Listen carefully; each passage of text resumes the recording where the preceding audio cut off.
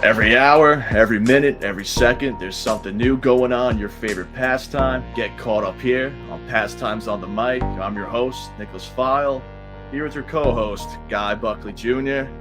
Guy, how we doing today, man? Eventful week, man, in sports. Very You know, eventful. I went down to Pittsburgh. Let me tell you, that game through the roof, electric. Yeah. Unfortunately, I don't know if you want to get right into it. Nick Chubb injury, elephant in the room. He's not supposed to go that way. No.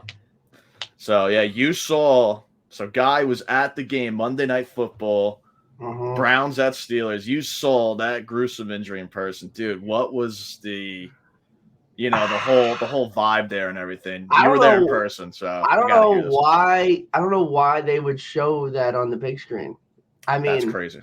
they showed Fitzpatrick going low, hitting him in the leg, and his leg just.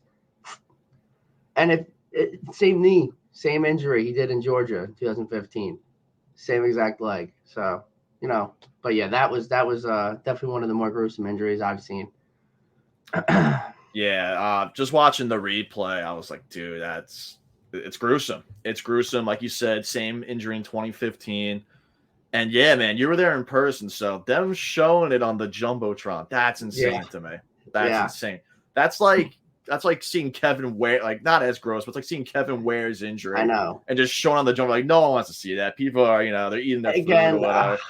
I don't know if they were trying to show what happened so you knew, but I mean, like, dude, everyone was surrounding him. They almost knew as players. They knew, like, okay, like, this guy's, hurt. They saw the car coming out. So, again, I don't know why they would show it, but nonetheless, sucks. More opportunity for, them signing now. Kareem Hunt is probably going to be, the lead back, probably going to be Ford for a little bit, but. Yeah. Gruesome, man. Yeah, prayers up to Nick Chubb. He's been one of the best running backs of this generation by far. He's the most consistent running back in the league for the last 5-6 years now. He's been awesome. For sure. Yeah, I hate to be the Grim Reaper or the bearer of bad news, but like you said, that same injury in 2015, that same knee, he has to go for a second surgery now too. I'm reading about.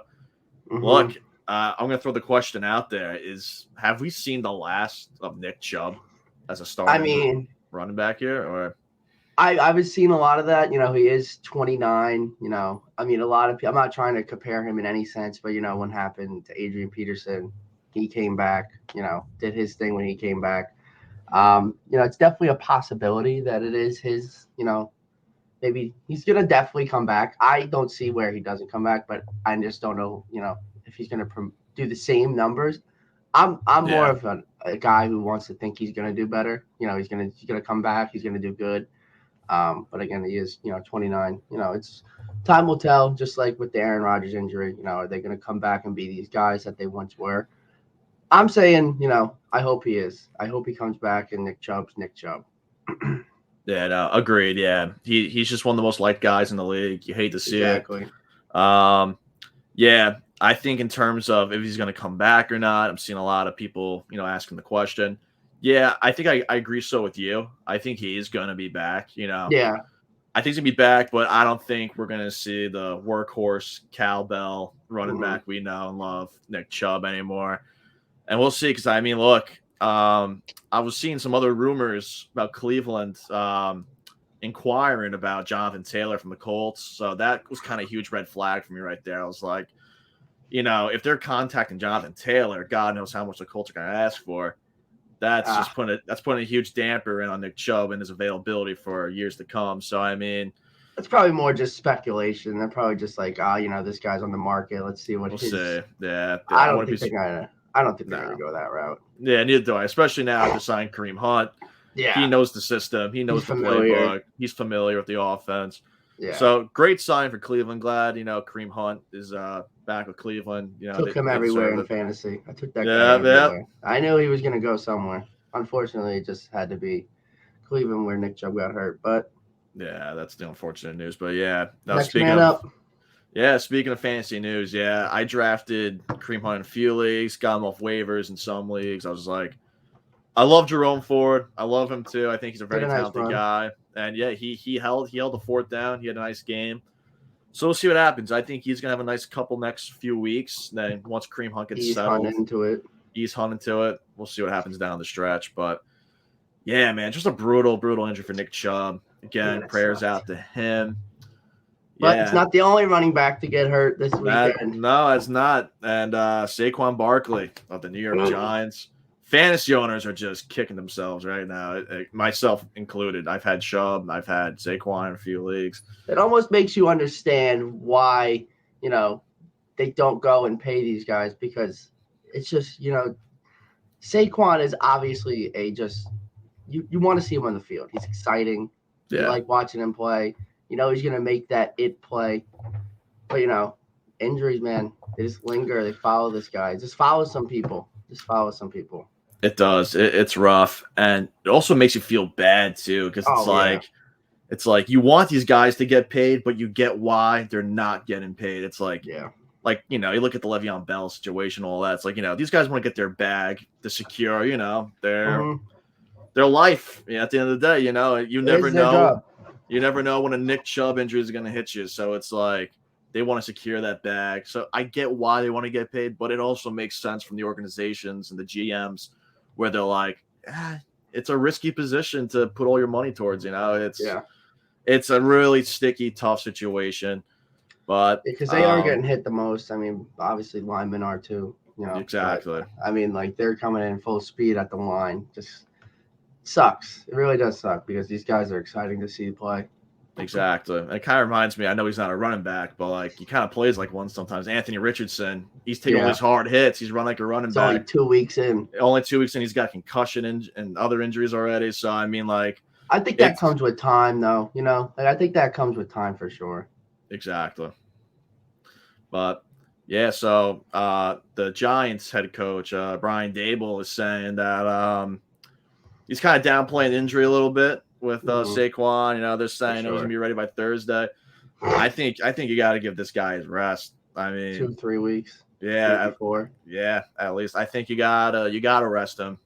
Let's say the Giants, they won against Arizona. They looked like a much better team in the second half. For sure. They squeaked by them, but like, let's say the Giants are in a midst of a playoff run. They're in the hunt for a playoff spot, whatever. You're gonna want Saquon down that stretch, man. So and you want him exactly. You want him healthy. So I think for this quick turnaround week for the Giants, they're playing Thursday. They're playing tomorrow night. You got to give him that day off, man. And now there's rumors going around that he's going to play. So it's a short week, I think exactly what you said. They're just downplaying it. They want people. They probably want the 49ers to game plan that Saquon's going to be playing. But exactly, just like we were saying before, running backs, you can fill that hole. So Matt Breida's next man up there. So I don't think Saquon's playing. I agree with you with that too. I think give him his rest, because when he's on the field, he is someone you need to watch at all times. Yeah, for sure. Like you said, Matt Breida's the next guy up. I think he's gonna get some nice run this week. Yeah. Pick them off a few waiver claims this week. Maybe just a nice little spot start right there. But it's better on your team than someone else's. Yeah, exactly. You have that opportunity. And who knows, maybe Daniel Jones starts Daniel Jones, man. He looked like the guy they paid in the second half. That guy. Exactly. A lot of people were talking smack about my boy Dimes. I'm like, I'm one of them. I'm a Jets fan, but I've always liked Dimes. Like you can't hate him. He's had a lot of growing pains. But last year, dude, I was like, I feel like once you get some true legit weapons, they went out and got Waller. Hyatt looked pretty solid last week. So, I mean, we'll see what happens. But I just hope, they just don't start overreacting. They did just only beat the Cardinals. That is true. Now, you got to look at the 3 opponent. points. You got to, get back a little bit. But come back to reality. Yeah. Coming back to a Super Bowl contending team for sure. Yeah. The 49ers are a scary team. Scary team, yeah. I think it's gonna be a little rough week for Giants fans this coming week. 49ers, they're ridiculous. But we'll see what Jones can do. Maybe he's going to throw the ball a little bit more now. Can't really rely on Barkley as much. Maybe Hyatt and him develop more I of a think Jones connection. definitely takes off more. Definitely runs more. Yeah, he's going to be using his legs too. He's going to be running around. He's got to watch out for those linebackers in San Francisco because those guys are fucking different. Yeah, the numbers are really against the Giants this Thursday, so we'll see what happens. Hopefully he, keeps the minute, puts up a good game, good numbers. I don't want to see another national televised goose egg. A lot of people don't. I think a lot of our listeners and viewers don't want to see that either. So, hopefully they win, for the state of New York. Let's hopefully make the season a little interesting here, but we'll see what happens. But yeah, two great running backs, man. Saquon, Nick Chubb. Yeah. Gonna be missing time. We know Chubb is already out for the year. We'll see what happens with Saquon later this week. Speaking of panic buttons, look, the Cincinnati Bengals and injuries. We're talking about running backs. The QB, Joe Burrow. In the preseason, he suffered that injury. The calf strain, and now he's saying he re-aggravated it. Look, man, they're 0-2. The Bengals are taking on the Rams this week, right? Is that who they're playing? Let me double check. I think they're playing the Rams. So a little. They started off with 2 division games, Cleveland and then the Ravens. That's crazy. They're already down 0-2 in the division. They're down 0-2 in the division. That's scary for the Bengals, especially if Burrow misses time. That's I think they should give him. They gotta rest him up. They gotta rest him. They gotta rest him. Do not. You just paid him what, $275 million? Was that what it was? Like, dude, 5 years. Yeah, they got the Rams. You were right. You just laid out the checkbook for this guy. He's already had horrible injuries, season-ending injuries. Yeah, so it's like you put a lot of money in this guy, man. So it's like I would rather maybe risk the 0-4 hole you're about to be in without Burrow, and then maybe make some noise later in the season than miss him. Their schedule after the Rams, Titans, okay, Cardinals not good, Seahawks, then they got to bye and they come back to the 49ers. So, maybe rest them all the way up until the 49ers. Yeah. Give them that bye week off. Yeah, and get the best version of Joe Burrow you can get for the stretch. Yeah, I'm all for it. I think they're the best 0-2 team by in far. Football. By because far. They just have so much. They have so many weapons. Joe Mixon, Jamar Chase, T. Higgins, Tyler Boyd. Give him his time off. Let him rest. And maybe he comes back in 2 weeks instead of 3, instead of 4. Yeah, they're only 2 years removed from that Super Bowl appearance. They're a year removed. They made it to the playoffs last season. Joe Burrow was an MVP candidate last year. Jamar Chase. Joe Burrow is going to be Joe Burrow for years to come. Exactly. So he's going to be, so. For that to happen, let's rest our boy up. Let's get him rested up. It as sucks, a competitor, as a player, you don't want to sit out, but you got to do what's best for you in that situation. And sometimes it may not be your decision. No, 100%. And let's say if Burrow does miss the next week or 2 or whatever, next 3 weeks, who is the QB2 in Cincinnati? Who's the backup QB there? Is that guy Browning or I don't even know. Yeah, I think it's Jake Brown, and yeah, you're right. So, look, I don't know much about Jake Brown. I don't know anything about him. Wolverine's there too, but I'm definitely not taking Wolverine. So, look, maybe give Jake Brown a shot. Maybe he keeps you in it, kind of what Zach Wilson did week 1 against the Bills. He's not the flashiest. He's not the sexiest name, but maybe he just keeps you in it somehow. As long as you get out of it with a W. If the dogfight is a dogfight, just. Yeah, look, at the end of the day, it's just the W that matters. The W is what gets you in or out of the playoffs. That's all that matters. For sure. So we'll see what happens there. I'm not hitting the panic button just yet for the Bengals. We'll see how Burrow's feeling. It's like you said, dude, that offense is ridiculous. T. Higgins is a wide receiver 1 on any other team, pretty much. For sure. Jamar Chase, he was second to Jay Jetta's Justin Jefferson. I think they'll be fine. It's been a funky 2 weeks. So we'll see what happens with the Bengals. But it's just, like you said, those first 2 games were divisional matchups. They're down 0-2 in the division already. That's a hole. you know, That's that's a a little hole to scary. climb out of. Yeah, that part's worrying me a little bit, but hopefully Burrow's feeling all right. But man, those North teams, the AFC North is getting hit, man. But Yeah, a lot of injuries. a lot of 2 weeks injuries, a lot in. of injuries, a lot of injuries overall this season. Yeah, You already know, 2 weeks in, and I know everyone's saying they don't like turf. They don't like, I like grass for sure too. But that Chubb injury, even though it was oh on grass, I think you're getting hurt either way. The way he was yeah, handled, can't make the argument that if he was on grass because he was on grass. yeah, that was just such crazy impact right there, dude. Like you said, Yeah, I that saw knee. something. They're trying to like change the way you tackle and maybe not go I so saw that. low. Then I don't it's not football anymore. It's exactly it's like not it's becoming just football. Yeah, I feel like I know because I saw a tweet or something saying, I think it was actually RG3. I think RG3 said something. He's like, we need like the running backs to get together and talk about how to like improve like missing tackles or like how the league handles tackles or something like that. I'm like, dude, it sounds great like on paper, it does, but like that just it's not gonna fly in the NFL. no. It's not gonna it's It's the scientifically risk you take, becoming an athlete in a sport that's exactly. so physical. Injuries will never leave sports. Never. It's a part of it. It's a real shitty part of it.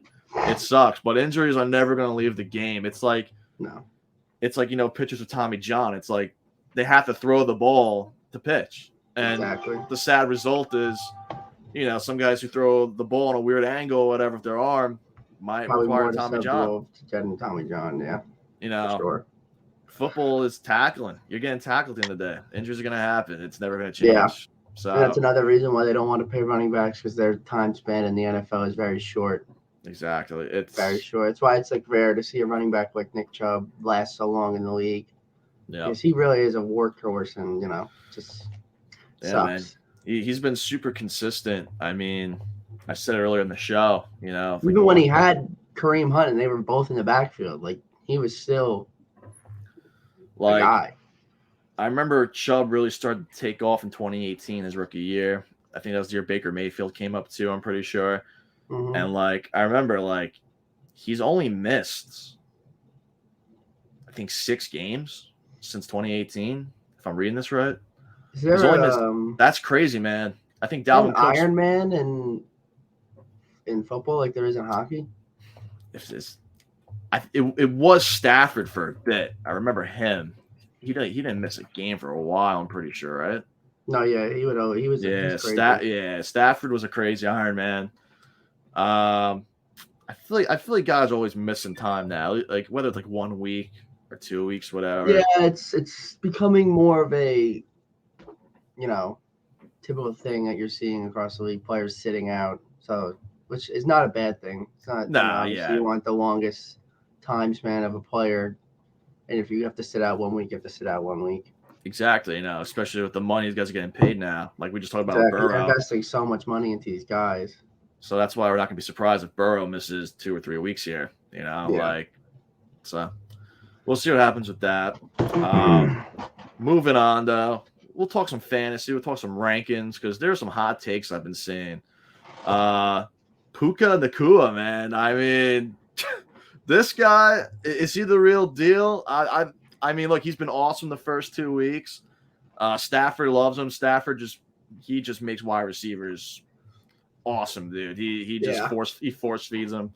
But I've been on Facebook. I'm in a lot of dynasty groups, a lot of fantasy groups. I've been reading just some outlandish stuff, man. They're ranking. So, all right, I want to ask you this. So, I'm gonna go a little in order here from easiest to hardest. It's just simple questions. Would you take Puka over Jamar Chase in Dynasty? Yes or no? No. No, right? Would you take Puka over AJ Brown in Dynasty? Mm-mm. No. Would you take Puka over Garrett Wilson in Dynasty? No. All right.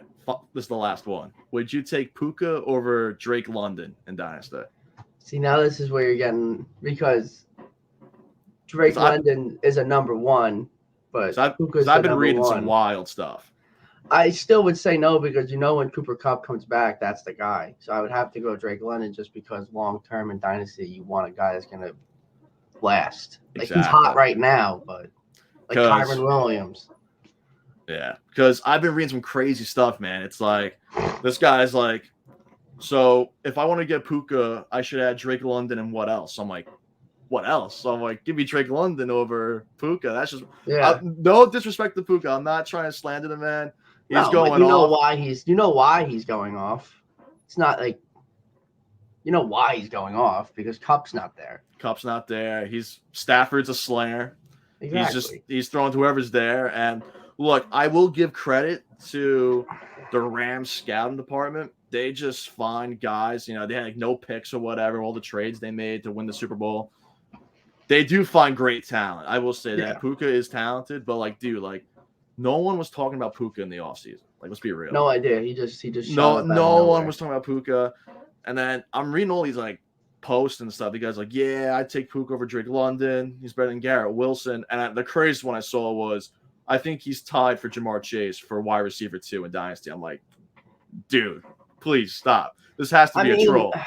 This has to be a troll. It's just like there's so many people overreact and overhype these guys. Like obviously down the road, long term, maybe Cup's gonna be out of the league in like 2, 3, 4, 5 years. Yeah. Then maybe bring me back to the Nakua topic. But yeah, all day I'm taking these guys over him just because his situation. He's gonna drop down to 2 as the next receiver because when Cup comes, Sean McVay's giving that guy the ball.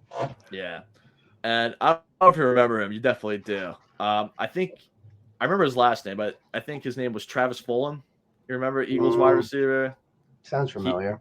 He popped off for like the first couple of weeks. I think Travis Fulham. I think that's what his name was, Fulham or whatever. Yeah, I think I know what you're talking about. Yeah, he was the Eagles wide receiver. He went nuts for like the first half of the year, and I picked him up. I fell for the bait. I was like, let's go. This kid's nice. And then I don't think he's even in the league right now. I don't think he's even in the league anymore. Fulham is an American football player, wide receiver. He's a free agent. Yeah, he's free agent. He went nuts in like 2020, I think it was. Yeah, I know what you're talking about. He went nuts that year. I was like, all right. I'm like, this kid's young. He's 25. Yeah, but people buy into it. It's not like something like, you get behind the hype and you think he's the guy, but, and come back to reality and Cooper Kupp's back and he's almost at 1,000 yards receiving, and Nakua's third receiver there. So it's just like, Yeah. You almost know what's going to happen but you have the guy and you want him to be it. Exactly. So I don't know if all those guys on Facebook they were Nakua owners and they're just like, all right, let me really hype this guy up and sell him. Who is it? Grilly? I'm just trolling. Believe it or not, it wasn't Grilly. It was not Grilly. I don't think Grilly even knows who Nakua is, but I mean, we'll see. But there's one thing I wanted to touch on, but you can continue. But after this, I have something to talk about. But I'm. All right. Yeah, but like I said, I'm not trying to slander Nakua. I think he actually is a really good route runner. I think he's solid. He's a great player. I think he's gonna be around for a bit. But to rank him over Drake London and Garrett Wilson 2 weeks into the season is absurd to me. That's insane. Yeah. But what are you gonna say? So obviously, I went to the Steelers game on Monday night. I don't know if Matt Canada was asking Madden these plays, but that guy just is not it, man. Like, yeah, they're pulling out these wins, but they had 2 defensive touchdowns. I don't know how you feel. I don't know if you're familiar with him, but Matt Canada, the offensive coordinator for the Pittsburgh Steelers, man, he's just not good. You don't think so? I don't think he's good at all. Wow. Interesting take right there. It was me and a group of these people, and we were all like predicting the next play, and everything we were saying was the next play. So if we're sitting there on the sideline or in the stands predicting these plays, what do you think a well-known, well-rounded defensive coordinator is thinking? Yeah, for sure.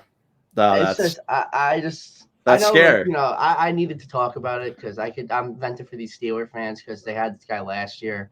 Yeah. And he's just, they had him for a few years, but he's just not good.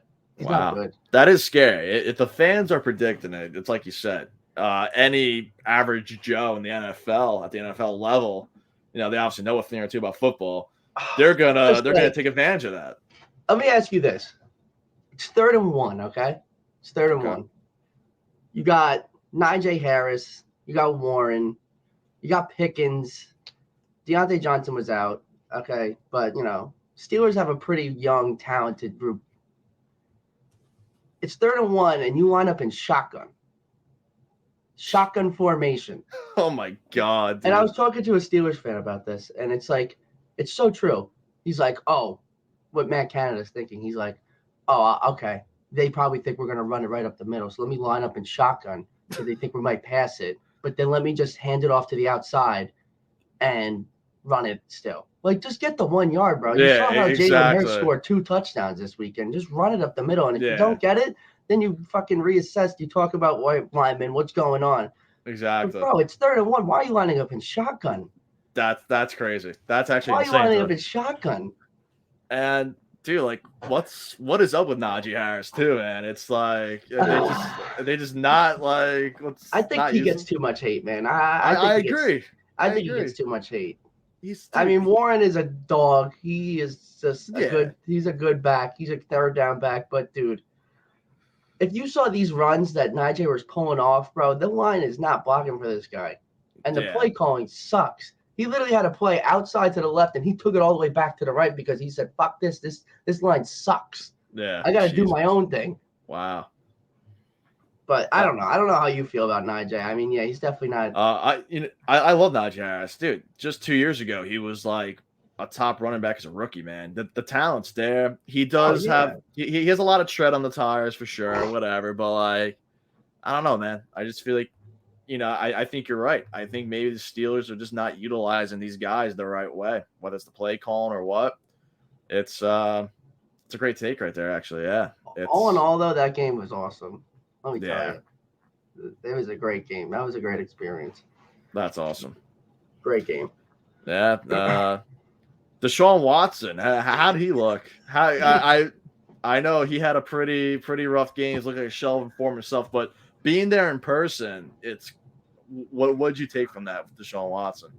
He definitely can still run the ball. Like he definitely has an eye for when to take off. Like, but I just don't. You could tell he was frustrated because he had 2 face mask penalties where he was throwing players down to the ground, and I don't know. And when you take time off like that from playing, like it's not part of your routine for those years that you're not playing. What was it, like 1.5 years he was not in the league? Yeah, almost? Yeah. So roughly, when you take time off like that, like obviously, he had his situation, but it's hard to come back. It's hard to come back and be that top tier quarterback that you once were.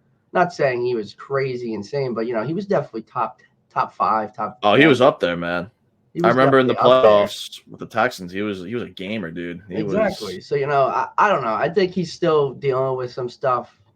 Obviously maybe more so he's in his head, but week 2, people are probably going to overreact, but he definitely doesn't look like his true self. He definitely can run the ball still, and he's hard to tackle, but he doesn't look like the guy he was.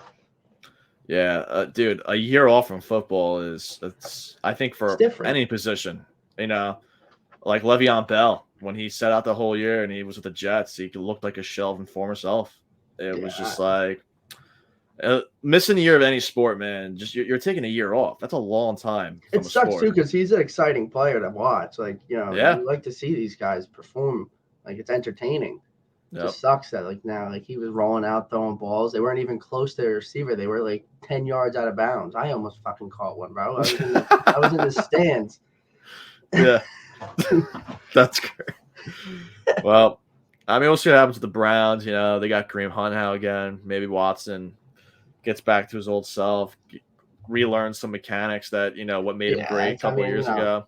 He's just got to get confident and feel himself out, and maybe down the road. So guy went to the game. That was week 2. And speaking of week 2, we had some surprising games for sure. Any other games really stick out to you in terms of like being surprised or you knew this team was going to beat this team, anything like that? I mean, I'm going to bring up my team just because I think Washington has been shitted on, hated on in this very, very dominant NFC East. You want to say what you want to say about the Giants. Cowboys and the Eagles are always in the power rankings that it's a top 10, even sometimes top 5 team. Yeah. And, again, Russell Wilson's Russell Wilson. He didn't do that good last year. He looked good in the first half, I would say, last week. Yeah. But, traveling across the country to Mile High, playing in Denver, Colorado, fortunate enough, they didn't get that 2-point conversion at the end when they threw the Hail Mary. I don't know if you saw that. No, I didn't actually. You didn't see that? Washington, they let up a Hail Mary. I heard about it. I didn't watch it. That's like one of the few games I didn't really get a chance to get around to. I saw the box score, but it's like so typical of them to do that. yeah, So typical. But I was happy to see that pull out the win on the road in Denver. yeah, and Washington's 2-0. Brian Robinson Jr. had himself a day. Yes, he did. He went nuts. Yeah, he went nuts. Sam Howell, man. I mean, I like this kid going through the season. I'm glad he's showing up. He's doing the job, man. He's got 3 touchdowns. He's throwing for 500 yards already. That's and solid, he's not scared man. to take off and run. No, dude. Yeah. I mean, if I had to say one other thing, I'm just looking at the overall standings. Falcons are 2-0, man. Yeah, that's crazy. Just beat the Packers this week, and Jordan Love too. He's balling out. I picked the Packers to win that game, but wow, Falcons, man, they got the run game, and if Ritter is just, if he doesn't have to be a Pro Bowler. If he can just be solid, man, that offense alone could probably pick him up. Yeah, man. Yeah. I mean, the first 2 games weren't against like I wouldn't say the Panthers are a real test. Yeah, that's that they're a young team, but the Packers are definitely well on the defensive side of the ball. But they got a good test this week coming up against the Lions. Derek Carr 2-0. Yeah, and look, Kamara's right there on the cusp of returning. They're gonna need running backs now. I think Jamal Williams got hurt. Yeah, he did. Keandre Miller, he hasn't played. He's been hurt. They need a running back, and I mean, I don't think there's a lot of better options. What better time? Yeah, what better time? I don't think there's a lot of better options than Alvin Kamara. I mean, look, if he had a bit of a little lackluster season last year, but I think he's gonna ball out when he comes back. I think playing for a winning team. Yeah. The team might be 3-0 when he comes back. He's gonna add an electric spark, to that offense. So, yeah, if someone has Kamara in fantasy, I'd try to buy into him, man. Yep, you got him in a league. I have him in my dynasty league. I think he's have a great year. I think Kamara is due for the old vintage Kamara. He's hungry, man. He's more improved the league role and stuff. So, we got a good matchup coming up in week 3. 2 0-2 powerhouses. Maybe I should chill out on the powerhouse talk, but Vikings and Chargers. Yeah, dude, that's a tough one, man. I was doing my Pick'ems league, and I was like, God, I'm like, both these teams are so great on paper. I'm like, they really are. They're both due for a win. I'm probably leaning Vikings here. I think Kirk Cousins is going to show out, man. I'm not going to lie. If Justin Jefferson, I don't think he fumbled the ball out of the end zone, but if that was considered a touchdown, that game's a way different game. Oh, for sure. Against the Eagles, for sure. Definitely. And they actually looked, like they were playing with the Eagles. I don't want to overreact or anything, but the Eagles aren't impressing me so much. But we could talk about that another day. Yeah, it's really. I agree, though. I feel like the Eagles could be so much better. They could be so much better. They're just, it's a weird 2 weeks. Look, the Commanders are right there too in that division. So no one has them going to it. That wasn't on my Bengal card either. I thought Howell was just going to show some upside here and there in a tanking season. That's what I thought. Yeah, but you just don't know, man. They're coming out to play. McLaurin had a great game. So that defense. It's maybe not so much the secondary, but the line, the defensive line is I think it's up there, top 5 defensive lines in the league. Yeah, for sure, man. So, but yeah, back to the Eagles, though. Yeah, I mean, I just feel like they could be so much better. AJ Brown and Jalen Hurts. I saw they were kind of quiet. I feel like AJ Brown's been a little quiet. Him and Hurts were kind of getting at it on the bench or whatever on the sideline. Yeah, I mean that's just. I feel like that's like just being competitive as a player. Yeah, like, you're gonna hold someone accountable, but still, it's definitely showing. You don't want to see that. Yeah, it's showing some frustration. Yeah, for sure. So I think they'll be all right going forward. Swift looked great. I know Gainwell was out, but I love Swift as a running back, man. I feel like when it comes to overhated guys, I think Swift is very overhated. I know, but like he is overhated, but like, dude, last year he didn't do anything. Jamal Williams had the league rushing yard touchdowns. I know. I mean, rushing touchdowns. He was vultured at the goal lines and stuff. So I mean, we'll see what happens. I love him as a pass back too for Swift. So we'll see what happens. He put all those people to sleep last week when he showed up to play on national television. So we'll see. The talent's there. Oh yeah, for sure. That team's just a juggernaut. I mean, I'm sure they'll figure it out. Obviously, I'm just an NFC East guy, so I'm just gonna crap on them. I hear you, man. I feel you. All right, so I don't know, maybe try something new here. I'm looking at the schedule for next week. Okay. I'm gonna say the teams that are versing, and then I want you to give a winner or loss. Okay. All right, and I'll do it too. So week 3, we got Giants in San Francisco. Sorry, Denise. Sorry, Jason. I'm going 49ers. I'm in a Pick'ems league, and you know how that works, right? Like it's like 16 points for whatever, like what matchup you think is a lock. So out of 16, they're my number 15. So yeah, I have 49ers being the Giants. Sorry. All right. I hate it. I'm gonna have to agree with you. 49ers are strong everywhere. It's a ridiculous team. All right. So moving on to Sunday, we got Chargers versus Vikings. I think it's gonna be a shootout, an absolute shootout. Sure. They're both gonna be hungry for a win. They're both talented teams on paper. In Minnesota. Yeah, I didn't even know it was in Minnesota, but this is my pick to begin with. I'm going with the Vikings. I think Kirk Cousins is going to have just one of those games. Jay Jettas. I just think they're due for a win. They are. So are the Chargers, but I mean, I think the Vikings are slightly better. I'm going to have to disagree with you on this one. I think Chargers pull it out. I think Chargers, Eckler's playing. You got Justin Herbert. I think Justin Herbert's a way better quarterback than Kirk Cousins. I agree with that Herbert's better QB. I just think the Vikings are just gonna. I don't know. You have your gut feeling. Yeah. So, don't go with your gut. But there's got to be some disagreement here. Oh, for sure. I agree. No, I agree. But I think the Chargers pull it out. They went toe to toe with the Dolphins. Dolphins are a legit team with Tyreek Hill. Maybe Tua is not the supreme quarterback that there are around the league, but that's an explosive offense that they went up against and went toe to toe. Obviously, they had Eckler, but all right. So the next matchup we got. Feel free to be honest. We got Bills in Washington against the Commanders. Dude, I'm not gonna lie to you, man. I'm not gonna lie to you. So in my pick'ems thing, I put this way down at the bottom because I was like, this is a risky pick. I'm going Washington.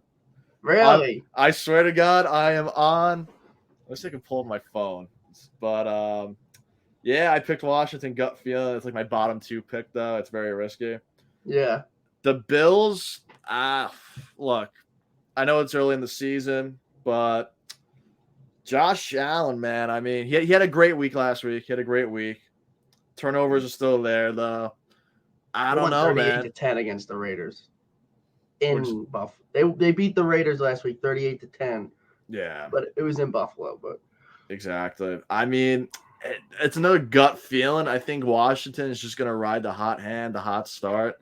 Yeah. Bills are a little, This is a true test for them. This is like, they went across to Denver, played in That's my pick. So that's my pickers. I don't know if you can see it on the screen. I see it. They're actually my bottom. They're my bottom one. And you can tell Okay. I had Vikings there too. So yeah. Look, I'm a Jets fan. I'm not look, I hate the Bills, I hate the Patriots, I hate the Dolphins. There's no hiding that. But like, I don't know, man. I think Sam Howell's just gonna show out. If they could do what the Jets did and force Josh Allen to get uncomfortable and throw these terrible passes and just get him all out of whack. Exactly. It's definitely a possibility because Washington's defensive line they're known for getting pressures. Chase Young's back. He had almost 2 sacks last week, sack and a half. And then opposite sides, Montez Sweat. Then you got Jonathan Allen and Deron Payne in the middle. If they can keep that consistent pressure on Josh Allen, I definitely think we got a chance. I'm gonna ride Washington too. Let's go. Yeah, I mean, look, dude. Obviously, I don't want my team to lose. Yeah, I thought it was a hot take. I was like, man, I'm just feeling it. I don't know. Comes down to how our offense plays against our defense, like I said last week. I really think the Dolphins are on the rise in that division now, sadly. I think the Jets and the Bills probably and the Patriots kind of faltering a little bit here. But I think the Bills are eventually gonna pick up the pace a little bit. But yeah. All right. Yeah. I see that Washington defense though giving Josh Allen a nightmare again. Kind of like the Jets did. So let's see what happens. We got another matchup. Saints in Green Bay. I'm rolling with the Saints. Yeah. Rolling with the Saints. Green Bay's got a great defense though, so I don't know how Carr's going to react to that.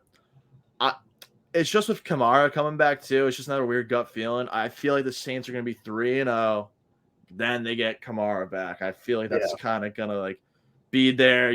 They're picking me up a little bit. That's going to be there. All the momentum's going to be on the Saints at that point. Everything's working right for them. Jordan Love is having a great start to the year. I think it'll be a close game. I like the Packers this year. I was high on Jordan Love. I just think the Saints, maybe Carr with the maturity, the veteranship, I think he's just going to lead them to a W. I'm going to have to agree with you on that. I definitely see the Saints pulling out a victory there. Alexander, the cornerback for the Packers, is going to have his hand full with Olave, Michael Thomas. Those are 2 premier top receivers, obviously when Thomas is healthy. But yeah, I'm going to have to go with the Saints on that one. The next one we got is, this is a good matchup. 1:00 game. We got the Falcons in Detroit. Going with the Lions. Yeah. I think that offense, Jared Goff is on a mission this year, dude. I just feel we said that in our first show, dude. He just wins. He's like Jimmy G. He just wins. The Falcons, I like their offense. I like the young offense they got cooking over there. I think they might make it interesting a little bit, but I think Goff's just gonna pull out the win. All right, I'm gonna go a little rapid fire here. So we got Titans Browns. Titans in Cleveland. I'm saying Browns. Yeah. I think Jerome Ford's gonna have a great day running. He's gonna have a good game. Cooper's a beast. He runs great routes. Yeah, Cooper's a beast. I know we were kind of talking about Deshaun Watson earlier. I think that maybe he has a solid game. Doesn't have to be great. Just play solid. Listen, when you're a little inconsistent like Deshaun is right now, it's good to have a safety blanket like Cooper. Exactly, and I'm just not high on the Titans this year. I've been saying it. I've been very harsh on them, and I'm going to stick with it. I feel like they're going to be that team that's fire sales everybody. I think trade away Henry, D-Hop if they want to go that route, Tannehill. And, it really depends what kind of version of Tannehill we get. They got a good young running back, though, in Spears. That's what I'm saying, dude. I picked up Spears everywhere in my league. Henry's not getting any younger. The QB position with Malik Willis and Levis. That's what I'm saying. They have a lot of young guys on the come up to replace the dudes who are kind of nearing the end of their primes, trade candidates. So we'll see what happens with that. Browns. All right. Browns for sure. Texans in Jacksonville. So I'm going to go with the favorite here, but don't sleep on the Houston Texans, though. But I am going with the Jaguars because I think T-Law and the Jags are going to try to recoup after that loss. You might be the only person besides my friend Larry who thinks the Texans got a fighting chance. Yeah, I mean, look, Stroud looked great. Dude, Tank Dell and Nico Collins, those two guys. Yeah, I mean, you definitely get. But the offensive line is just horrible. It's It's terrible. So I think that alone, the Jaguars are going to win. They're going to put all the pressure on Stroud. But look, I think they put up some points though. I think Stroud might have a touchdown or two. Tank Dell's a beast. I love him. Yeah. But no, I'll go with the Jags, and I still think the Texans finish either second to last or last in that division. I just think they're going to show some nice upside this season, though, on the offensive side of the ball, at least. All right, man. Here we go. Do the Jets finally get their first win against the Patriots I saw a stat, I forgot. It was like they're 0-16 in their last 16 matchups. Yeah. I wish Rodgers was out there so you could just shut this team up because I'm not a Patriots guy, man. I am not a Patriots guy. Look, here's the Jets fan talking. I'm going to be realistic. I think it's going to be an ugly win for the Jets. It's not going to be a pretty win, but it's going to be a win. I think that trend is bound to be broken. Mac Jones, though, look, I've been a Mac. I wouldn't say a hater, but I didn't really believe in Mac Jones like that. I think he can be nice with it. So I mean, they got the better QB play. Look, Zach Wilson, I gave you your flowers last week. You definitely deserve the week 2 start. Mm-hmm. But I think this is it. This week 3 start for Zach Wilson. This is his make or break. It's the division rival. It's the Patriots. You could be 2-1 after this week, beat a division rival. It's in New York too. It's in New York. You got the home field advantage. Look, I'll give somewhat of a pass to Zach a little bit here. He went against Micah Parsons and that Dallas defense. They're insane.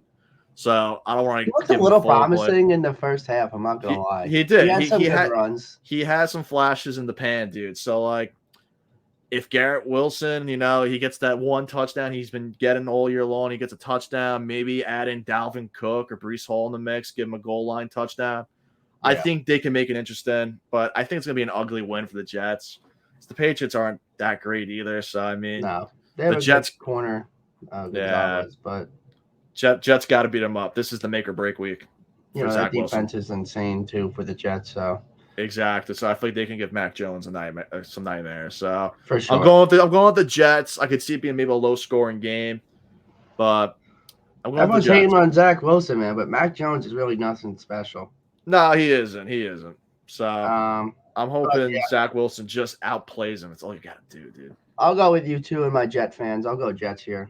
Just because, I want to see them break that streak, and they got everything going against them. Trust. Yeah, me too, man. It's been rough against the Patriots. Seeing ghosts, bro. Come on, bro. So, next we got Denver and Miami Dolphins. Yeah, I was going to say, I don't think there's much to say about that. They're probably the best high-powered offense in the league. They're insane. Just so fast. It's insane. Fast. Tyreek Chico, dude. Yeah. And you got... this is going to be a good matchup if Richardson's playing, because they're versing the Ravens in Baltimore. I'd like to see Richardson versus Lamar. Obviously, Richardson's a little bit bigger, but, I see a lot of similarities in their game. Yes, for sure. So I'm going to go with the Ravens, whether Richardson plays or doesn't. And I'm definitely going Ravens if Minshew's in. Look, no hate to Minshew. Minshew looked great. When he came in, Minshew looked great. He's a great QB, too. One of the best backups in the league. He's a borderline starting QB in this league. For sure. I just think Lamar and the Ravens are on a mission this year. Lamar is going to want to get back into the postseason. And, a good little addition to the Jets. Sorry to cut you off. But what's up? Yeah. I said he'd be a good little addition to the Jets. Lamar? Minshew. Oh, Minshew? Oh, yeah, Minshew. Yeah, I mean, that was before Richardson got the concussion. That was a rumor that they trade for Minshew. I would love it. He's a great passer. He's super accurate. Yeah, and he's an exciting player. He's an exciting player. I just think the Ravens are a little bit more talented than the Colts for sure. Overall. Yeah. And Lamar, I think Lamar's having another monster week. I think he wants to be put back on that pedestal of being one of the best AFC QBs in the league. For sure. All right. Now we got the Panthers in Seattle. I'm going with the Seahawks. I think the Panthers, are just a project. They're a project team this year. Bryce Young, I don't think the verdict's out on him just yet. I think, he's still figuring some things out. Thielen had a great week. They got some cool names on that team on the offensive side of the ball. Maybe They get definitely Miles helped out Sanders Young. involved a little bit more. But I just think the Seahawks are just a much more well-rounded, better team. So I'll go with the Seahawks. Yeah, I'll go with the Seahawks too. This one, I'm not even going to talk about it. Dallas and Arizona. Dude, that's my number one. Yeah. That's for my 16 points, dude. I wouldn't be surprised like 50-0. Exactly. I mean, I'm going Dallas. Obviously, that defense is just a wrecking crew. But sorry Dobbs, sorry Murray, sorry James Conner. A lot of people just getting wasted away there. Marquise Brown. Yeah, James Conner. I'm surprised that's the name still there. I know, and he beat up on Washington and he beat up on the Giants. Marquise Brown, he's still quick. I feel bad for those guys, but James Conner could be an interesting trade candidate for sure for teams that are. Yeah, I could see him going somewhere. Well, no, the Chiefs have Pacheco. Yeah, whatever. Next team's up. We got the Bears in Kansas City. We're gonna have to go with the Chiefs. Yeah, I think that's an easy one. Justin Fields just hasn't looked like it's 2 weeks in, but he had a lot of hype going into the season.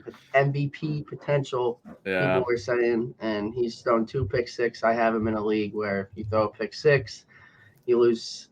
I think it's 6 points. So and he's done it back-to-back weeks. I was high on him.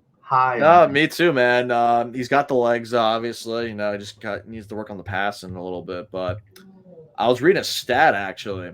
He and Mitch Trubisky have similar stats through the same amount of career games. It's kind of scary, actually. I saw a crazy stat with C.J. Stroud has more. I think I could be wrong, but it said that C.J. Stroud has more 300-yard passing games than Justin Fields. That's crazy. Yeah, Fields needs to step up his arm a lot. He could be so good, dude. Once he fixes his passing, so good. Sure. But unfortunately, some guys don't figure it out. That's the rough thing. So we'll see what happens. He's still young. Definitely Chiefs. Yeah, Chiefs. Okay. Now we got Pittsburgh in Las Vegas Sunday night. Going with the Steelers. Wow, I'm because I thought you were gonna say Raiders after talking about the OC there, but listen, I might be a closet Steelers fan after that game. Yeah, wow. No, but I'm picking Steelers as well. I'm believing in the Pickens hype. I love George Pickens. Yeah. And look, Jimmy Garoppolo is just not that guy, dude. It's just dude, he's just not that guy, man. I don't know, man. Raiders don't look that good this year. I think if Pickett really just unleashes this offense, man, Steelers gonna have a good thing going soon. Maybe get a new OC and stuff. But yeah, man. I mean, I'm going with Steelers on that one. Steelers defense. Watt, dude, he's insane, bro. Insane. He's insane. Right. Yeah, I'll go with the Steelers. I'm not crazy about the Raiders this year. Steelers, yeah. Then we got two Monday night games. You got Eagles in Tampa, and then you got the Rams in Cincy. I'm going to go with the Eagles, and I'm going to go with the Bengals. Wow, okay. So I'm going with the Eagles as well. Look, the Bucs have surprised me. I thought they were going to be a rebuild team as well. I thought Mike Evans and company would be in a lot of trade talks. Baker Mayfield is just loving Mike Evans. But I feel like the Eagles are just way too talented. They're finding ways to win still. Yeah. I'm going with the Eagles. I think they're going to put pressure on Baker Mayfield and that hot. Baker actually has looked. He's looked. Baker's looked solid. I think it's gonna be a close game. I think it's gonna be a good game. He's got side by side. He's got a better rating than Jalen Hurts. Wow. Baker's having a great year. He's starting really good. 104 rating, and Hurts has got a 93.1. Wow. Yeah. So 47 of 68 completed, and 3 passing touchdowns.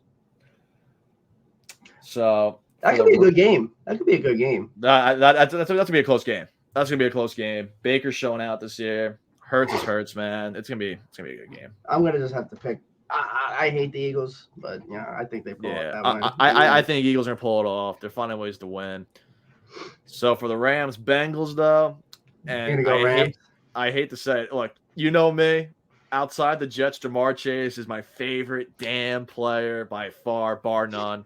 And Joe Burrow's right there too. I love Joe Burrow.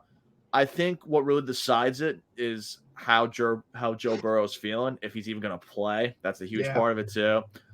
But if Joe Burrow says it himself, I'm good to go. Let's go. Let's get this dub. I'm going Bengals. But if there's still some cloudiness going on there, I'm going You're with the riding the Puka Rams. Nakua I'm and riding the Puka Kyron Williams. Nakua. I'm riding to the wheels fall off, man.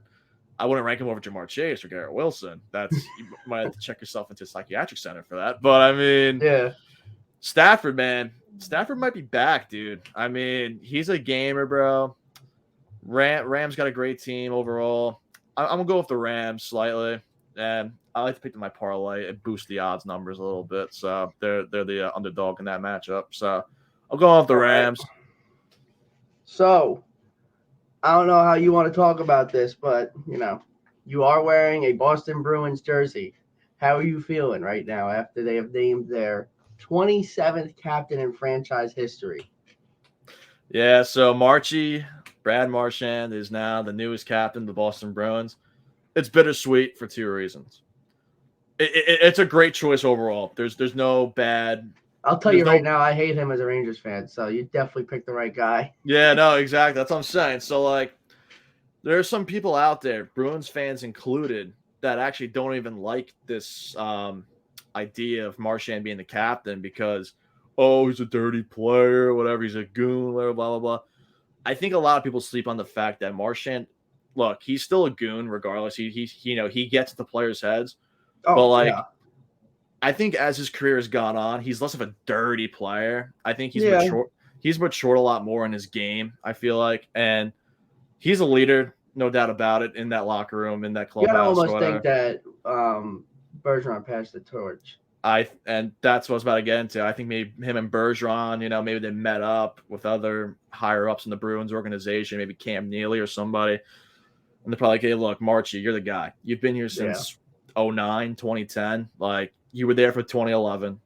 You've had Hart caliber years. You show up in the playoffs every time. He almost sealed the deal against the Panthers at breakaway. He fantastic player, probably a future Hall of Famer if he has a couple more great seasons. That's the right pick. Look, McAvoy and Pastrnak. Pastrnak's my favorite player of all I time. don't think Pasternak's the guy to be captain. Not yet. If anyone, out of the young guys, probably McAvoy, but Pastrnak's my favorite player of all time. We're both Czechoslovakian. He's a life Bruin. So it's Marchand's time. He's 35 years old. He's maybe got 3 years left, roughly. Like he's a leader. He's a leader on and off the ice. He does great stuff for the Boston community. It's the right pick. I don't get anybody who disagrees with Marchand being captain. And look, a lot of people hate the Bruins. A lot of people hate Marchand. Him wearing that C is just gonna make their blood boil even more. It's the right pick. I'm so happy for Marchand. He's a pest on the ice, man. He's a pest. He's just like I don't know. I don't see a more better fit than him to be the captain of the Boston Bruins. It's his time. Like it's his time. There's a lot that comes with it too because they're a big organization. It is, yeah. It's a legendary franchise. We've had great players coming in and out of this franchise for years now. They're usually in the playoffs, so it's like he's just the right pick, man. He's been there for the longest. I love it. I love it for him. I grew up watching him grow up into the player he is today. Definitely a past, but man, he's such a talented player. They're still an exciting team too, the Bruins. Even though they are. Games, we need a true center. Stamkos is free agent next year. But I didn't want to just jump into that because we were still talking about the Bruins. Yeah, but no, I'm so hyped for Marchand. He deserves it. I can't believe people are even trying to, shoot him down with it. But nah, I'm happy for Marchand, man. Awesome to see him as the new captain. It was the right decision. choice. Great decision. I'm sure. Again, like I said, I think Bergeron had some say in that. For sure. Yeah, they're very close. And that's the reason why I said it was bittersweet. We've only had 1 year as Bergeron as captain. That, Bergeron got robbed a few years of being captain. He should have been captain for so much longer. Who was it before him? Chara? Was it Chara? Chara, yeah. And then they didn't really give anyone the captain spot for couple years after that. That's the Rangers did the same thing. Yeah, so we were captain lists for a few years. When like, you're just when name it you're a Bergeron. big organization like that, you really want to make the right choice. Yeah. You really But want at that point in time, once Charles off the team, I don't think there was a better choice than Patrice Bergeron. There's no other guy that you can really. Well, he was they probably talked to him about it. I'm sure they approached him about it. Maybe he just said, "Yeah, I don't know how much longer I'm doing this." Yeah, that's also true. Maybe it's not the best option, but hey, Bruins are an exciting team, man. They're going to be a great team to watch for years to come. They got Swayman as a backup goalie, who's probably he might take over that spot. He might take over in a year or two. I don't think Ullmark is going to be that guy. Yeah, look, as a Bruins fan, I agree. Look, Linus Ullmark, I love you, man. Congratulations on the Vezina Trophy this year. Kind of had some rough play against the Panthers in round 1. But look, I think when it comes to the Bruins situation, cap space is tight. Don't have a true center for the top line. So look, I don't think it's crazy to say that maybe Ullmark gets traded for like a center or somebody. Depends how the season goes. Let's see what Charlie Coyle can do.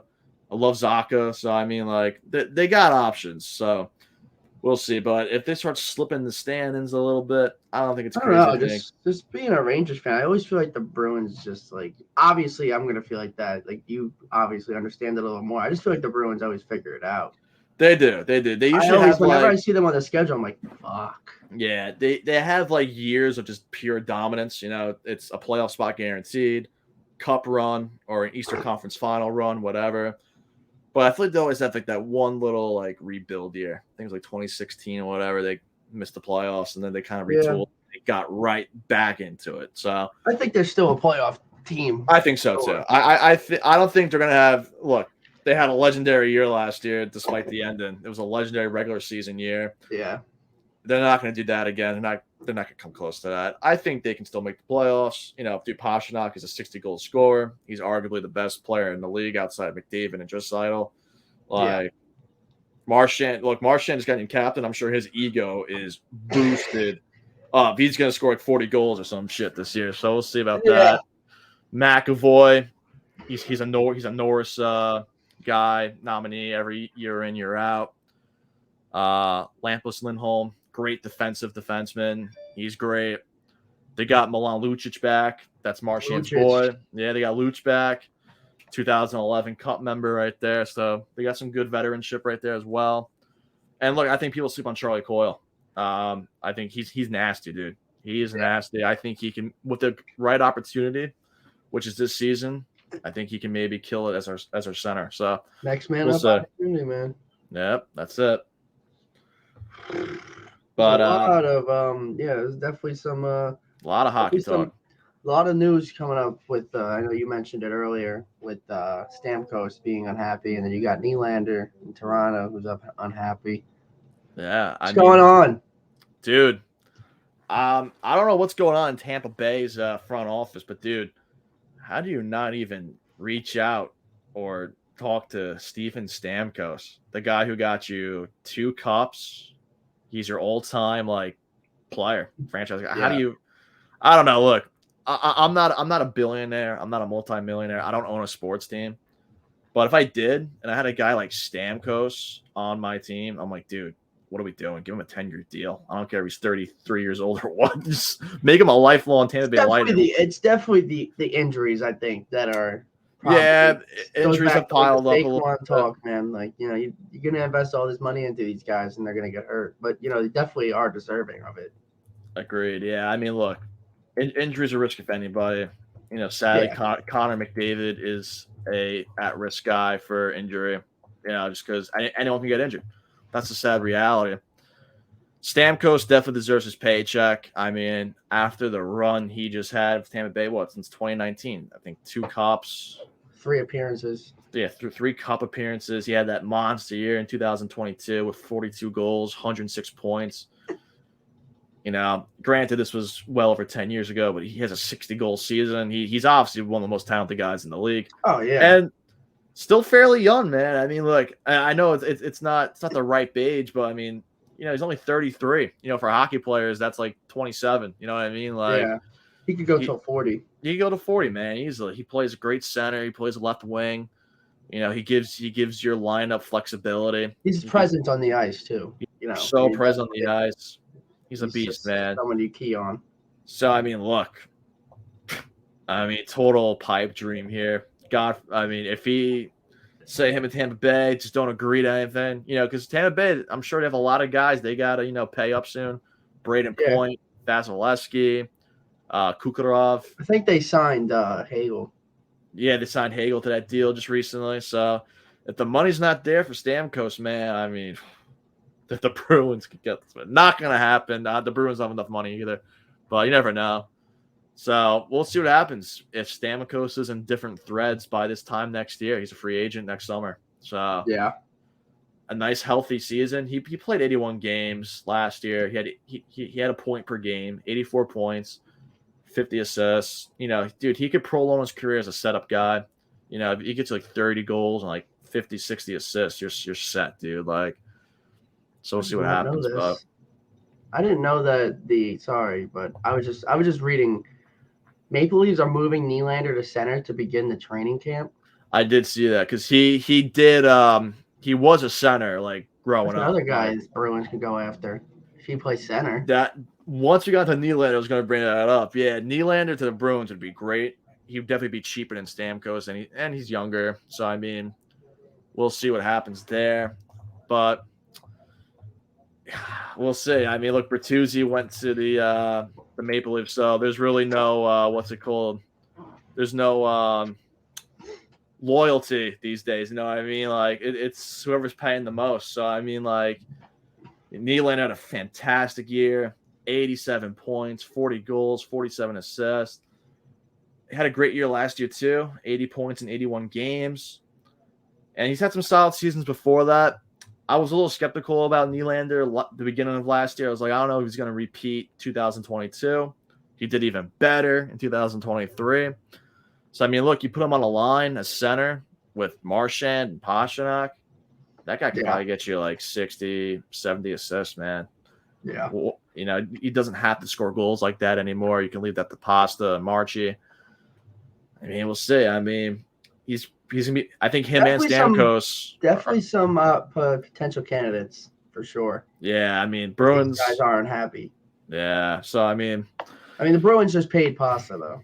A lot. That's what I'm saying. No, money's a little tight in Boston, so, it's going to be tough. But Nylander and Stamkos be banking on themselves this year. They're going to have monster years. They're going to try to raise their who knows? They might have a chip on their shoulder, and they might just want to fucking leave and get out of where they are. Exactly. Go like some random team like the Coyotes or something. Like, I'm saying they could even want to go to Boston. Like, Boston's a good hockey town. It's exactly. It's a great franchise. It's well run. So we'll see what happens. I would love either of them at this point. I love Charlie Coyle too, though. So I want to see what we have first in house. See what we got. Yeah. That's what I was saying about with the Rangers because they were talking about possibly trading Lafreniere, and I said you got to give that kid some time, man. Yeah, no, man, it's too early for for Laffy especially, dude. It took Jack Hughes a couple of years to become the beast he is. And no way are you even saying that Lafreniere is Jack Hughes. No, for sure. Let these kids, develop to the NHL. Like if Laffy can just get you maybe 30 goals, 30 assists a year, like something like that, it's fine. They're just not getting like Kakko, Hedel, Lafreniere. They're not getting top 6 minutes just because. I said that from the start. I'm like, these guys are not going to get top 6 minutes because top 6 is already well established guys in the NHL that have been around and proven. Like it's tough for them to get those opportunities on these lines where they're playing with guys like Panarin, Zibanejad, Kreider. Like these guys are, and possibly Kane in the mix there too if they get him back. You're not hate to say you're not starting these guys over guys like Patrick Kane and Kreider and stuff. Oh, I got one of those too. I got one of those too.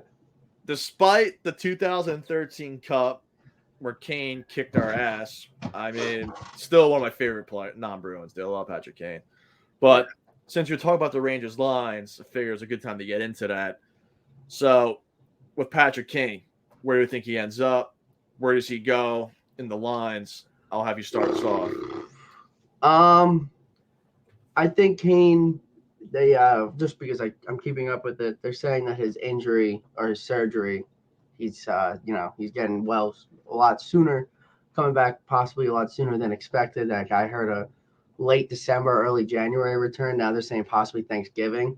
So Wow. if I think, and could be sounding a little biased, but no one thought that the Rangers were going to get Tarasenko and Patrick Kane last year, and they got both. That was insane. Jury makes things happen. Yeah. So I Very think good he GM. signed. I think he signed guys like Keandre Miller and Lafreniere to deals where he made moves, so they could go and get a guy like Patrick Kane, and signed all these guys to 800,000 contracts, 1-year deals, so he can possibly cut those guys and then fill in Patrick Kane. I think Patrick Kane signed back with the Rangers if when the time comes they are looking like contenders. Obviously, if he's coming back by November, that's a little early to decide who's a contender and who's not. Yeah. But yeah, I definitely see Kane coming back to the Rangers. I think he has like a lot left. I don't think he's happy with what he put out there as a Ranger, and I'm sure he wants to, prove that he's still one of those top guys in the league. For And sure. I see him filling in the top 6 line. I see him being the second line winger for sure. Yeah, so when it comes to Patrick Kane, I've been pretty torn between my two picks here. I definitely see it being a New York team, and no, it's not the Islanders. I know what you're gonna say. Yeah, so I've been torn. So I'm between the New York Rangers and the Buffalo Sabres because, like you said, and I totally agree with you. If he's out to November, December, why sign now? Look, Yeah. you're 35 years old now. You've got your 3 cups, so there's really no pressure for you to really, I need a ring. But Yeah. another ring never hurts. Chase ring. That's never, it's never bad to add to your resume. So I feel like he's gonna wait. He's gonna, he's gonna look at the stands. Like, how's this team playing? Where can I fit here? I've been seeing a lot of Maple Leafs fans on Twitter. They're out of their mind. They're like, yeah, we're gonna get Patrick Kane. He's gonna play on the 3rd line. He'll do it. I'm like, dude, no, he's not. He wants to get. Here's the other thing. He's at 451 career goals. He wants 500. So he's going to want the playing time. He wants first or second line minutes, top 6 role. And I think he'll take a 1-year friendly year deal. Exactly. 1.5 mil. Exactly. So I do believe he is going to have a 1-year deal. And he's going to look at the stands. He's like, where can I fit? Where's my best chance to win a ring, another one, and get top 6 minutes? And I think it kind of boils down to, hey, my hometown Sabres, who are a young up-and-coming team, they could use the veteran presence, and he can easily slip quickly to a top six role. Play with Tate Thompson. Yeah, it's disgusting. It's disgusting. Then you got the Rangers, a team he's familiar with. He made it to the playoffs with. They lost against the Devils. He's already built that chemistry and already built that bond. So, yeah, I think it's going to be like November till we even see Patrick Kane sign to a team. And I'm kind of 50-50 right now. I think the Rangers made a lot of moves where they're leaving. I know, like right now, if you look, the cap space is not there for them to sign Kane. But I think they're going to make moves, and they're just pretty much waiting on his decision. They signed a lot of players to 1-year deals, waiting his decision, seeing what would happen. And I have friends who are, doing the math per se on, the contract. And, the deals that Lafreniere and Miller signed to are, it works out. Yeah, for sure. It works out. The numbers are there. The money adds up. I definitely see the Rangers as, if not the number 1 candidate, top 3 choice. Yeah, for sure. Definitely, for sure. I would love for Tarasenko to stay, but that's how I felt about him. I think he's a Tarasenko guy. Yeah, those Senators, man, they have they got some exciting team. They got some interesting names, yeah, man. So they just lost to Brinkett though. Yeah, to Detroit. Yeah, that was a big loss for them. He's a young stud. They got Giroux still. They got Brady Tkachuk. That kid's insane. Gwent, yep, he's great. Your guy on defense. Yeah, Chabot and then Chytrin. Chytrin. Solid defensive pair right there. Yeah, so I mean, we'll see, man. We'll see what happens with Kane. And I think Kane could easily take over. I'm looking at the depth chart right now. I don't know how accurate it is, but like, I think he could easily. Kane's obviously better than Yeah, Victor I know you. Olofsson on the Sabres for that second right wing spot, and then I would definitely take Kane over Blake Wheeler in that second For right sure. wing spot. I love Blake. I love Blake Wheeler, former That was a Bruin. good signing by the Rangers. They got him for a cheap deal. Yeah, they got him for stupid cheap. He's 37. He's a little bit up there now. He's got versatility though. He can play center and right wing. So I I think mean, for sure he can fill that second line right wing spot for the Rangers very well. and it's a great insurance signing. Let's say Kane does go to the Sabres or somewhere else. Like Blake Wheeler's not a slouch by any means. No, He's 6'5", 225. The guy's a beast, dude. I mean, he's just a little bit older. That's it. I think he could probably give you guys some great playmaking. You could probably set up Panarin for some goals. Maybe ease off the passing from Panarin a little bit too. So, yeah, I mean, I think it boils down to the Sabres or the Rangers. I think if I had to put my prediction, I would say the top line for the Rangers would be Mika, Kreider. That next spot, I don't know. I really don't know. Because right now the depth chart says Zibanejad at center, Kreider left wing, and then it's Kakko at right wing. Because they want to give him top 6 minutes, but yeah. And then your second, I think Kakko has it, but your second line right now is Panarin, Trocheck, and Wheeler. That's the thing. That's where I'm like, I don't know if it's gonna be. Trocheck's definitely the best center on the team, winning faceoff percentage. Yeah, through the roof. I just don't know if they're gonna give that to either Trocheck or if they want Hedl to get those top 6 minutes, because they did just pay Hedl last year. Yeah, they paid him before the playoffs. So again, I don't know what they're gonna do with that. I don't know if that's a potential trade candidate, because those are. Trocheck, I'm taking top 6 center because he wins the faceoffs. That's huge. all day. Yeah, he's a great faceoff guy. And they locked him up for 7 years, so you got to utilize him. Yeah, for sure. He's got a top 6 role locked in. Because I mean, I'm thinking about Patrick. So then, Kane. what's the third line? Is it Hedl, Lafreniere, and then Gaudreau? Yeah, Gaudreau's a fourth line guy. Yeah, Gaudreau's not. That's what I'm saying. Patrick Kane is kind of the missing piece here a little bit. Yeah, if you slot in Patrick Kane to right wing and you move Wheeler down, then you move Gaudreau down. Exactly. That could be the move, and then you still get Kakko those top 6 minutes to develop the kids a little bit. Kakko's definitely the more well-rounded player than I would say Hedl, than I would say Lafreniere. Yeah, and I think Kakko is the oldest of the bunch, right? Or no, I think Hedl is. Yeah, so yeah, I mean, maybe they think Kakko's ready for the next step. So. Well, Kakko's always gotten that line experience with Panarin. They've always paired him with him in the season. Yeah. To see and try and get him going. I think Kakko still is, has a lot to prove. It's just, the Rangers get first and second round pick in the draft, and you don't get someone like McDavid or Austin Matthews or these big name guys. You get Kakko and Lafreniere. Not again shitting on them, but it's time for them to step it up now. They have to. Oh my God, yeah. And it's time for them to step it up. Just got paid. Hedl just got paid. These guys got to really show out. Miller. Agreed. And now I'm looking at the Sabres depth chart. Their top line is Tage Thompson, monster. Jeff Skinner had an awesome year. Alex Tuch, he had a great year.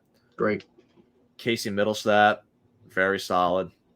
Is Akaposo, is he third line or second line? He's the fourth line now, they're saying. Wow. Yeah, he's up there. He's up there. Second line is Dylan Cousins, had a great year. And then, look, I love Victor Olofsson. I was pretty high on him a few years ago, but he's 28 years old. He had 28 goals. I'll give him that, but like only 12 assists. He's a very one-way player. Where's Cousins? Second line center. He's second line center? Second line center, yeah. Dude, you slot Patrick Kane that second line, bro. Jesus. I don't want to think about that. Jesus. Yeah, they're in my division, so I would hate that. But we'll see. We'll see. They As got a a lot younger, of young guys too, like Jake. yeah, that's what I'm saying. Patrick Kane's probably like, what can I do to elevate this team? You know what I mean? If they're having a solid October and November, Yeah, they're could be definitely a scary. playoff team. Could be Exciting scary. team. I'm not saying they're definitely making the playoffs, but they Nah, definitely yeah. have potential. Like I feel like they'll make the playoffs, maybe a first round exit. You got your guy there too. You know what I'm talking about. Oh hell yeah, my boy Qui-Gon Jinn, Yeah. Devin Levi. Yeah, he is. I'm big on him this year. I'm banking on him this year. He had a Oh, I see that. 294 goals against average, 905 save percentage. He went 5-2. I like him. He's gonna have a good year. 21 years old. Pretty good, man. Bryce Young did not practice today. Oof. Is he questionable? Ankle. Oof. I don't know if he's questionable or not. So, who do you think comes out on top this year? NHL. Stanley Cup. Yeah. Bruins fans and any hockey gods listen to this, forgive me. I hate to say it, but the first team that always comes to my mind for some reason this year, I have two teams. And I think they might even square off in the Stanley Cup Finals. But for some reason, horrible gut wretched feeling, the Toronto Maple Leafs are due for a Stanley Cup. They're due for Mitch Marner is a dog. He's probably maybe the best since they're one Bergeron. step closer. They made it out of the first round last year. Yeah, there you go. Shout out to Toronto Maple Leafs. But they won a playoff matchup. But since Bergeron's gone, God, dude, Marner is probably one of the best two-way players in the league. He's disgusting, man. Awesome defender and insane playmaker, goal scorer. God, Austin Matthews, fully healthy. You know, he's good for 60, 70 goals. I mean, God, it's insane. They got Bertuzzi. I think that's the guy they needed. Because, look. And they got Max Domi. And they got Max Domi.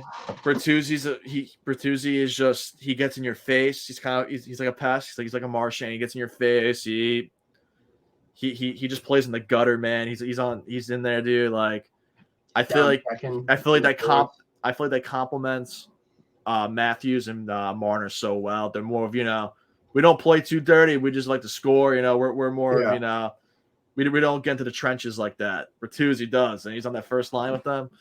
Jesus Christ, dude. I don't know, man. So I feel like that's the Eastern Conference. And then I say it every year. I was gonna keep saying it until it happens because he's my favorite. He's my favorite non-Bruin. Edmonton Oilers. They're due. Not only are they due for a cup, they're due for a Stanley Cup appearance. So I think it's going to be not two bad picks, but yeah. I think Maple Leafs coming on top. Those two teams disappoint a lot. They do. Trends are meant to be broken though, so I feel like it's been a weird year for football. It's been a weird year for baseball. Maybe it's going to be a weird year for hockey. Maybe both those teams finally make it to the cup. So maybe. But I just feel like, dude, McDavid, they're so close. They lost against Vegas in the playoffs, Stanley Cup champions. They lost against Colorado the year before, Stanley Cup champions. Mm-hmm. So I like the term, like, pretty much follow the money, follow the winning. Their trend is bound to break, dude. They're only losing to the Stanley Cup champions. So it's like, it's only a matter of time till they become the Stanley Cup champs, dude. You got Leon Draisaitl and Connor McDavid. Like, come on. Evander Kane. But if they haven't figured it out already, like, come on, they got to figure it out soon. But I feel like goalie was the issue with the Oilers for a bit, and now Stuart Skinner. You know how I feel about Stuart Skinner. He's right up there with Devon Levi for me. Dude, Stuart Skinner is a sick goalie. He's awesome. I think off the top of my head, I think he had like a 914 save percentage. He's a young goalie. He's in the timeline of McDavid and Draisaitl. They needed a franchise goalie, and I think Stuart Skinner is going to be that franchise goalie. Yeah. So, and I think the Maple Leafs too. I think wasn't goalie their issue for a little bit. I mean, the Maple Leafs went through a lot of change at goalie. I'm pretty sure at one point it was it Matt Murray? Yeah, and I think Matt Murray's going to miss time now. They're saying so. Yeah, they went through a lot of ups and downs at goalie, for So I sure. feel like they were both missing that goalie. So I feel like Edmonton's found it with Stuart Skinner, and now it's Samsonov and Joseph Woll is the depth chart now for the Maple Leafs. Goalies Martin Jones is hurt. Wow. Looking at the odds for Stanley Cups. And Matt Murray's hurt. So I don't know. Toronto's a little banged up at goalie, so they might need to find a diamond in the rough or maybe make a trade. And maybe, I know we talked about earlier, a rare in division trade. Allmark to the Maple Leafs, maybe. Better get Nylander. Yeah. We need a center, they need a goalie. Interesting to talk about. Will it happen? Probably not, but Probably not. But definitely interesting to think about now. Just kind of the odds on the Cup 2024 Cup odds. Top two teams are the Oilers and the Bruins. Same amount of odds, plus 800. Why the Bruins? And the Avalanche. They all have 800, plus 800 odds. I'm not trying to dog my own team, but like the Bruins should not be up there with those teams. I think it's because they had their run last year. Yeah, they had their run. Like that to happen again. Bergeron is such a huge loss. I feel like people just don't understand that. We're still a good team. I'm not saying we're gonna be horrible, but like, dude, Stanley Cup, that's a big thing. Yeah. That's a big thing to claim somebody as a Stanley Cup contender. Like the New York Rangers, like, look, I thought they were a Stanley Cup contender just last season. If they get Kane back, I could see it again, but I see more as like a huge playoff contender now. Like it's hard to call someone a Stanley Cup contender. I think that only really applies to the Maple Leafs, maybe the Lightning again now, the Avalanche, the Oilers, teams like that, the Golden Knights. It's tough. I don't know. It's hard to be a Stanley Cup contender. When you lose Krejci and Bergeron in the same offseason, your two top centers, it's rough, man. It's rough. And Bertuzzi and Orlov. Definitely going to need some people to step up for the Bruins for sure. We're going to need a lot of guys to step up. We lost Taylor Hall. I mean, just lost a lot of great depth. They went all out last year. What is that? This is the year they went all out last year. That was the year to do it, and it just came up short. Yeah, it came up short. It's not your fault that Chuck decided to be the best player. And yeah, seriously. I mean, look, Pastrnak, Brad Marchand, Charlie Coyle's the first line. I love it. I think Charlie Coyle is underrated. He's disgusting when he gets his. Second line starts to get a little suspect. Jake DeBrusk is a stud. I think when healthy, he is an absolute unit. Pavel Zacha, he's a good second center. I prefer more on the third line. It is what it is. Mm-hmm. Trent Frederick showing some upside. But then, I don't know, man. It kind of gets a little, the depth kind of phases out a little bit there, fiddles out a little bit. So, I mean, you got Morgan Geekie, Jacob Lacko. I mean, we'll see what happens at third line. Grzelcyk, McAvoy, Lindholm, Brandon Carlo. We got some great defensemen, Shattenkirk. Yeah. The goaltender will keep us in it. So, that's just a playoff team. I don't consider us a true Stanley Cup contender. I don't know. Hate to say it. We're not true Stanley Cup, though. Yeah, we can make noise, though. We can make noise. So. Yeah. I mean, there's definitely hockey's always exciting. It's always going to be entertaining. Teams get hot, like when the Blues won it that year. They got hot in the second half of the year. I'm really hoping the Rangers pull off something. They get they get Kane back. Yeah, they're gonna need Kane. I'm not too.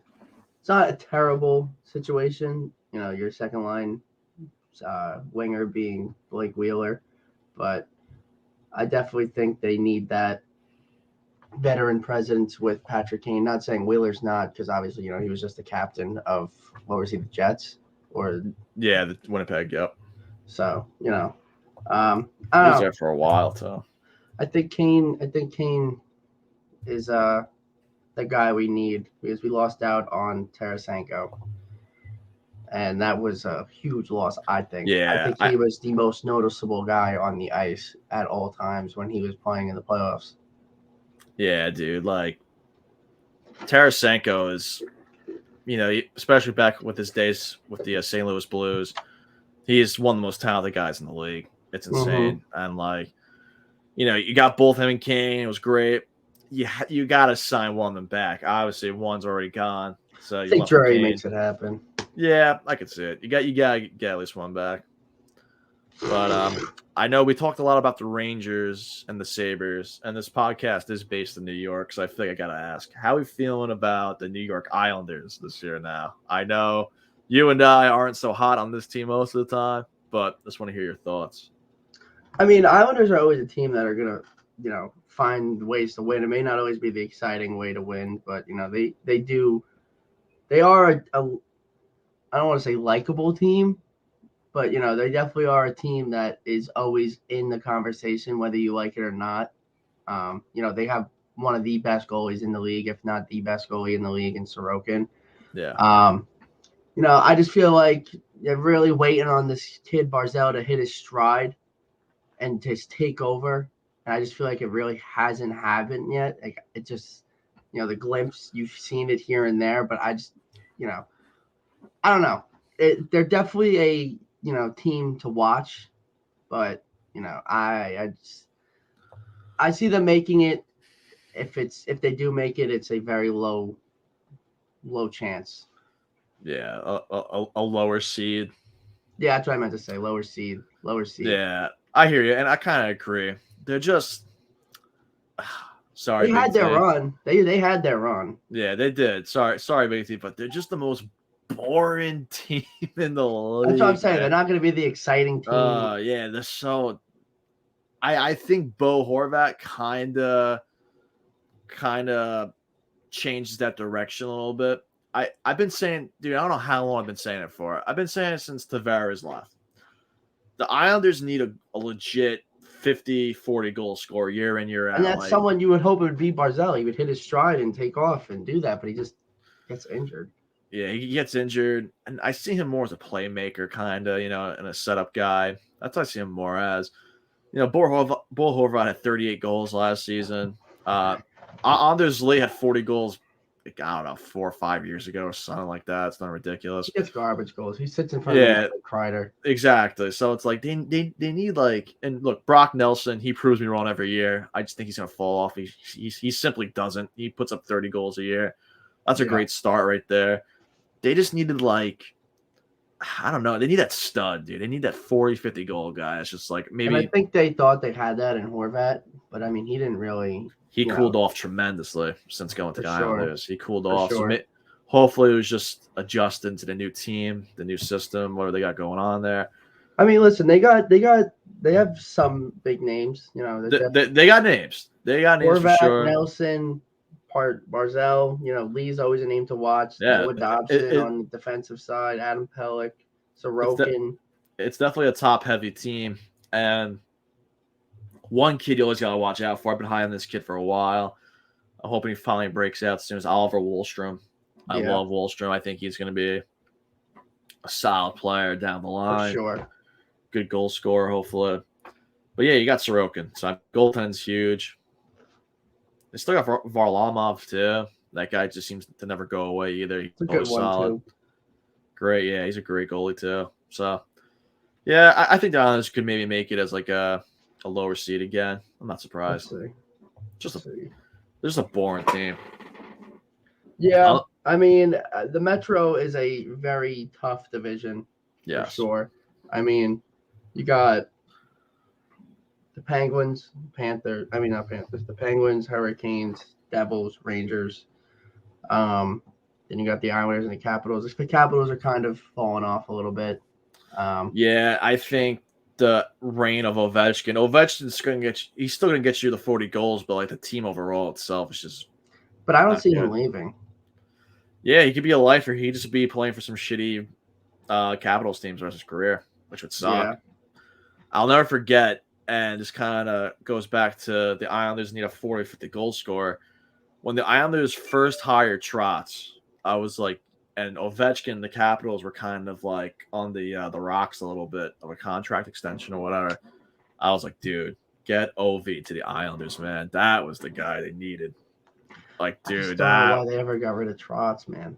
That was another bogus move on the Islanders' part. A lot of my Islander friends are saying he wasn't a big guy on the younger side of the team. Like, he didn't like playing the young guys, but that guy knew how to win. That's He was all a that good matters. coach. I don't care. I don't care if you're throwing a 9-year-old out there. If you're winning games, screw it. That's all that matters. Like, Yeah. I mean, they were throwing Leo out there, Komarov. yeah, yeah, yeah. But I mean, yeah, that's. I don't know. I didn't agree with that at first either. We'll see how it plays out for the Islanders, but I think an exciting team though to look out for this year is the Devils. They are just dude, they're they are just. scary. I They mean, might. this may be high praises, but Jack Hughes gives me like McDavid vibes, man. Oh yeah, 100%, dude. That was like his comp when he first got drafted. That was like what they compared him to a lot. I mean, yeah, Finally. Kakko was compared to Ovechkin, but we saw that worked out. Sorry, I had to throw that Yeah. out there. Yeah, I mean, dude, look, you as a Ranger fan, I think you know it well too much about the Devils, man. I mean, they showed up last year. They almost made a run Yeah, for Tim the O'Meara's cup. a piece of shit. Sorry. Yeah, Team O'Meara, they got him this time to that extension, right? They gave like a monster Yeah. deal, right? Trouba Yeah. also broke his nose, but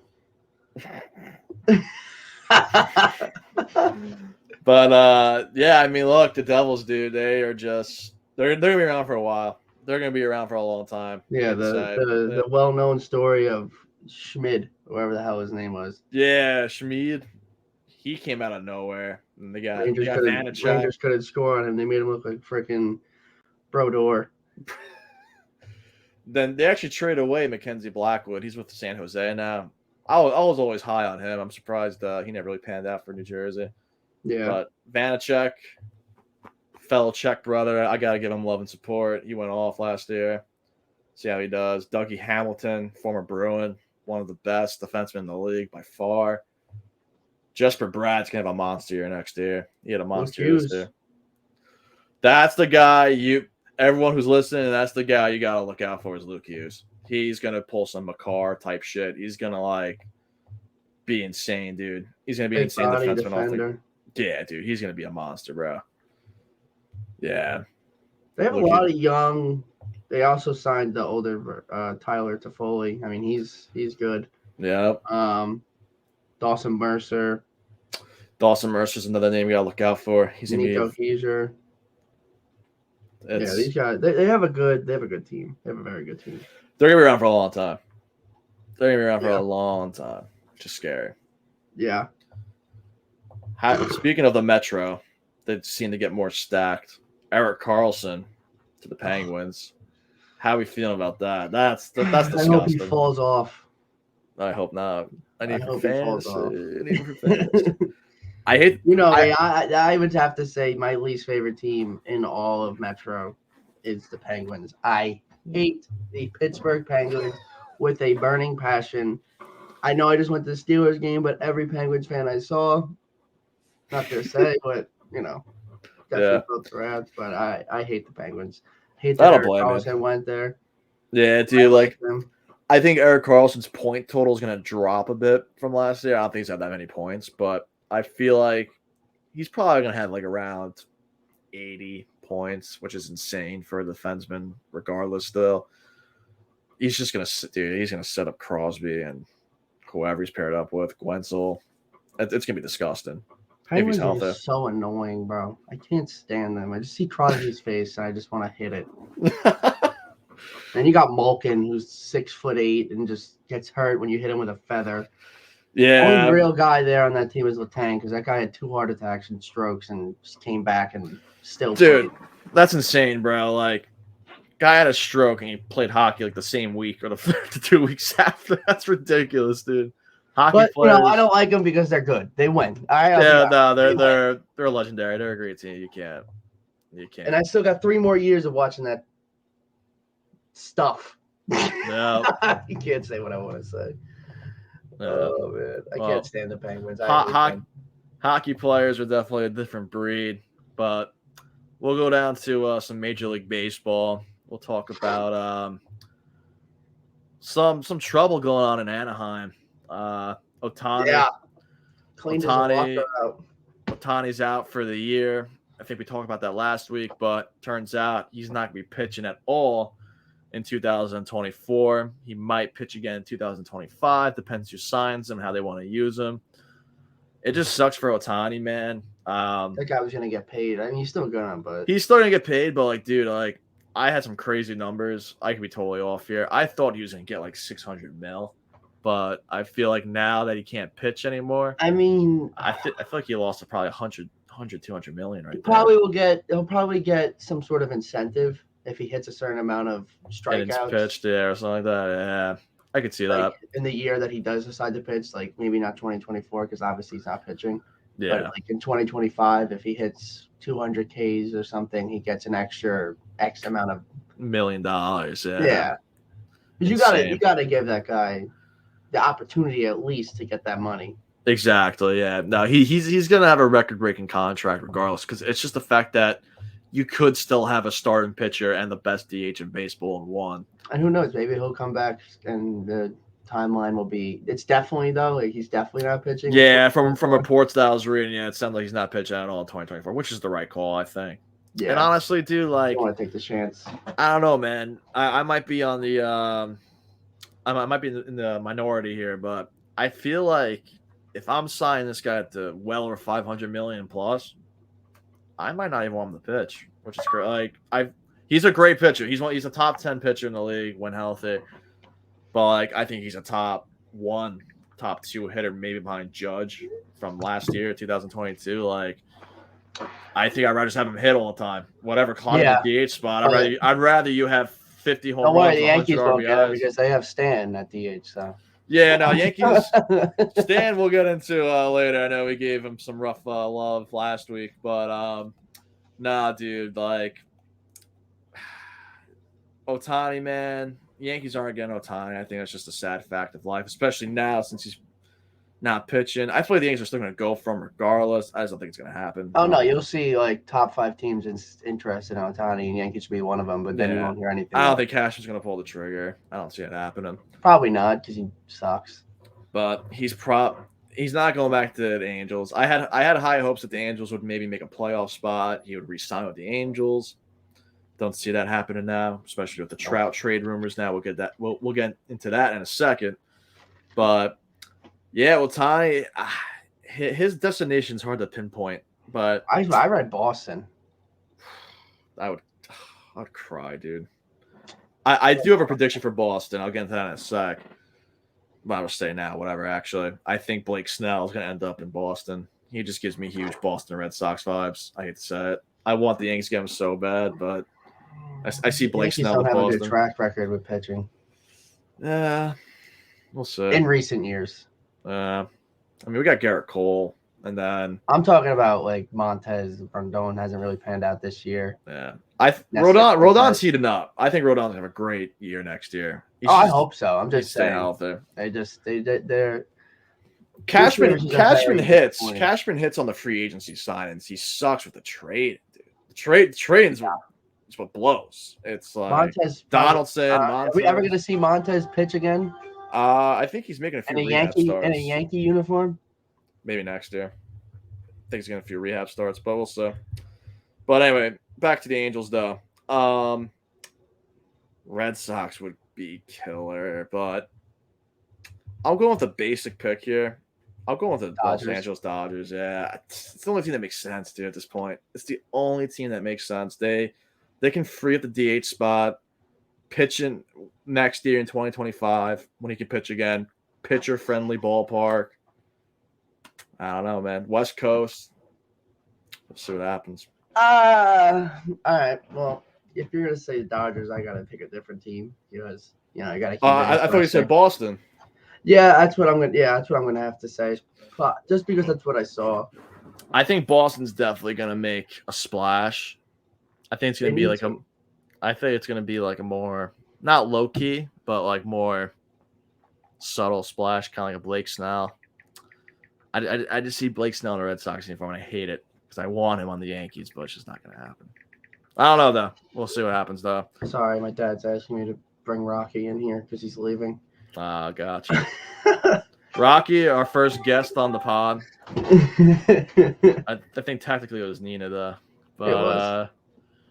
Yeah. No, but then you got more baseball news. I know you wanted to touch on something someone said, but did we touch on Mike Trout?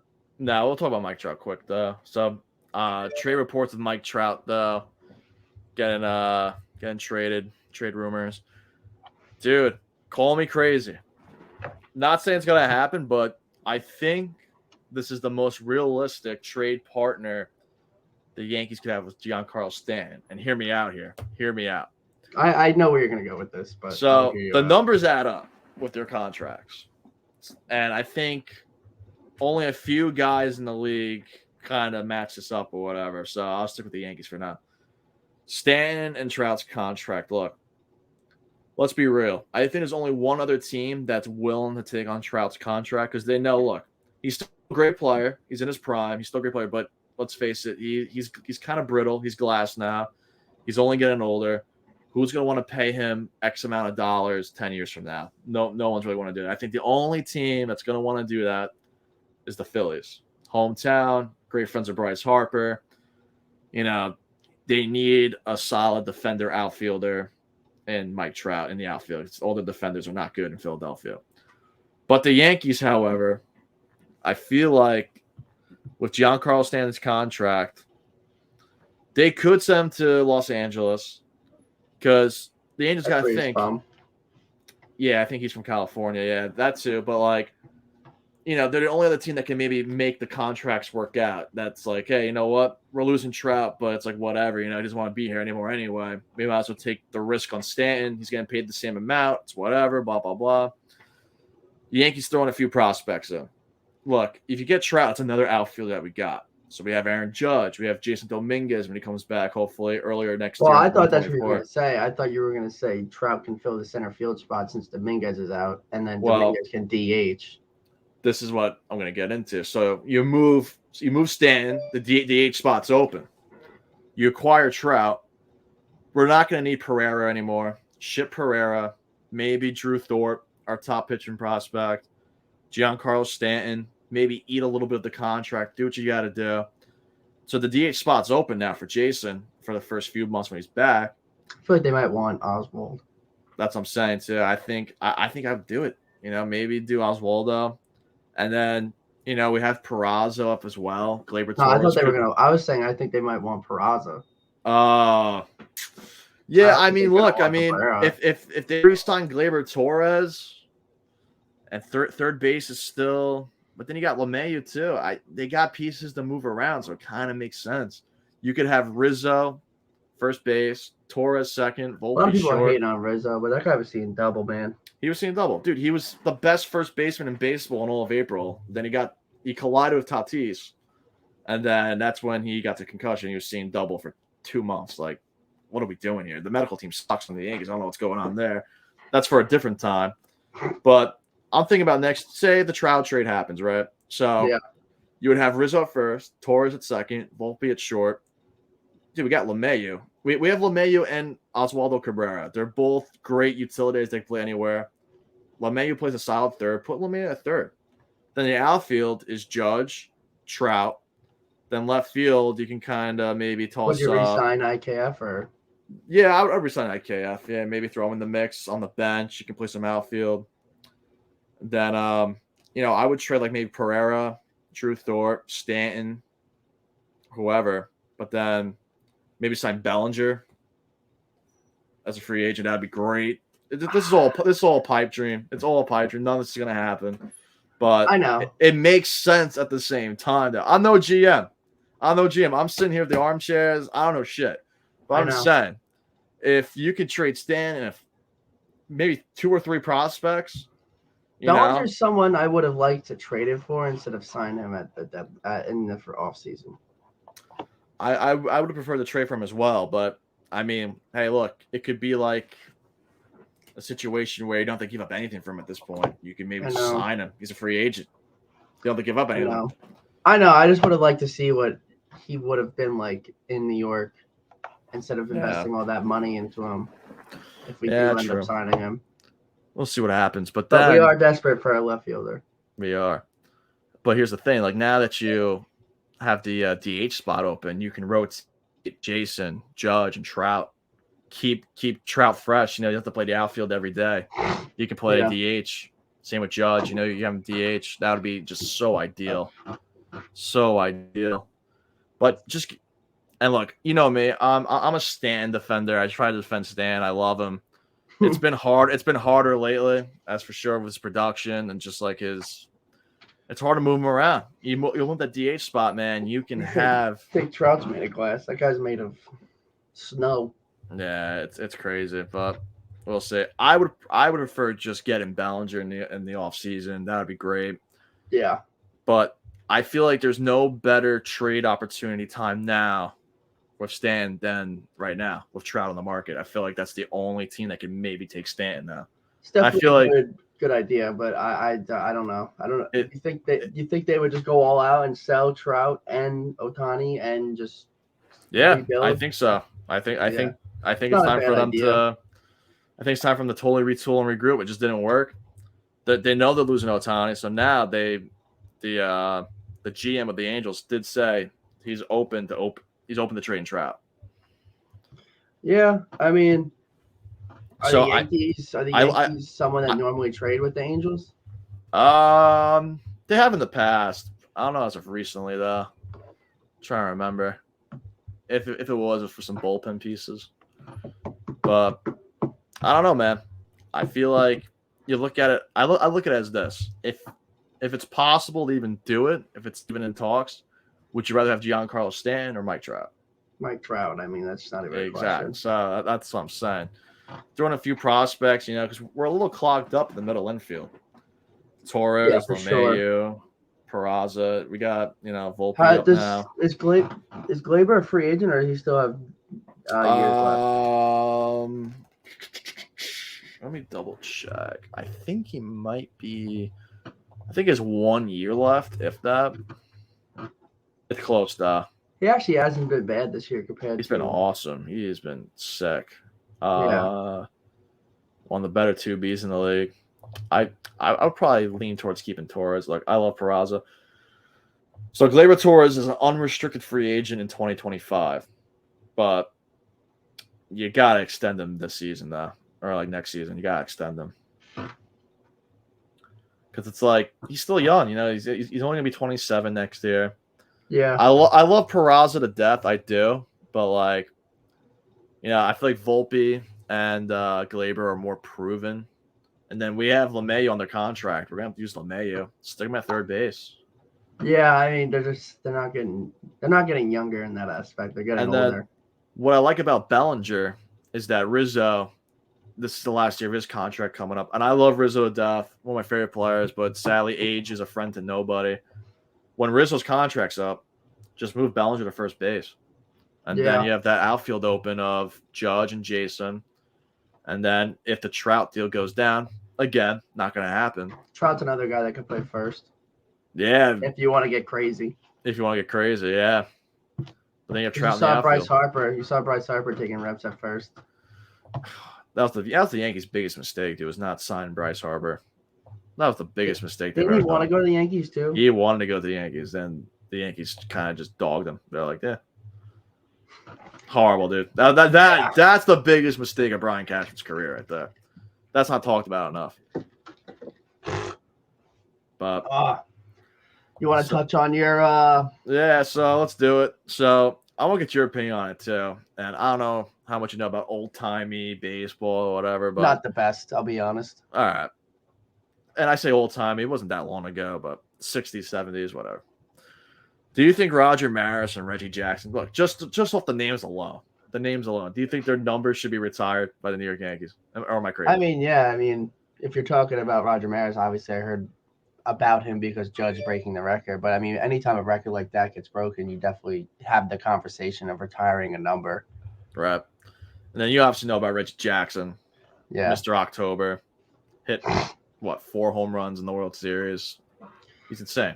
The Yankees are definitely quick to retire numbers, but I mean, those guys, you definitely do consider retiring them. So they're deserved, yeah.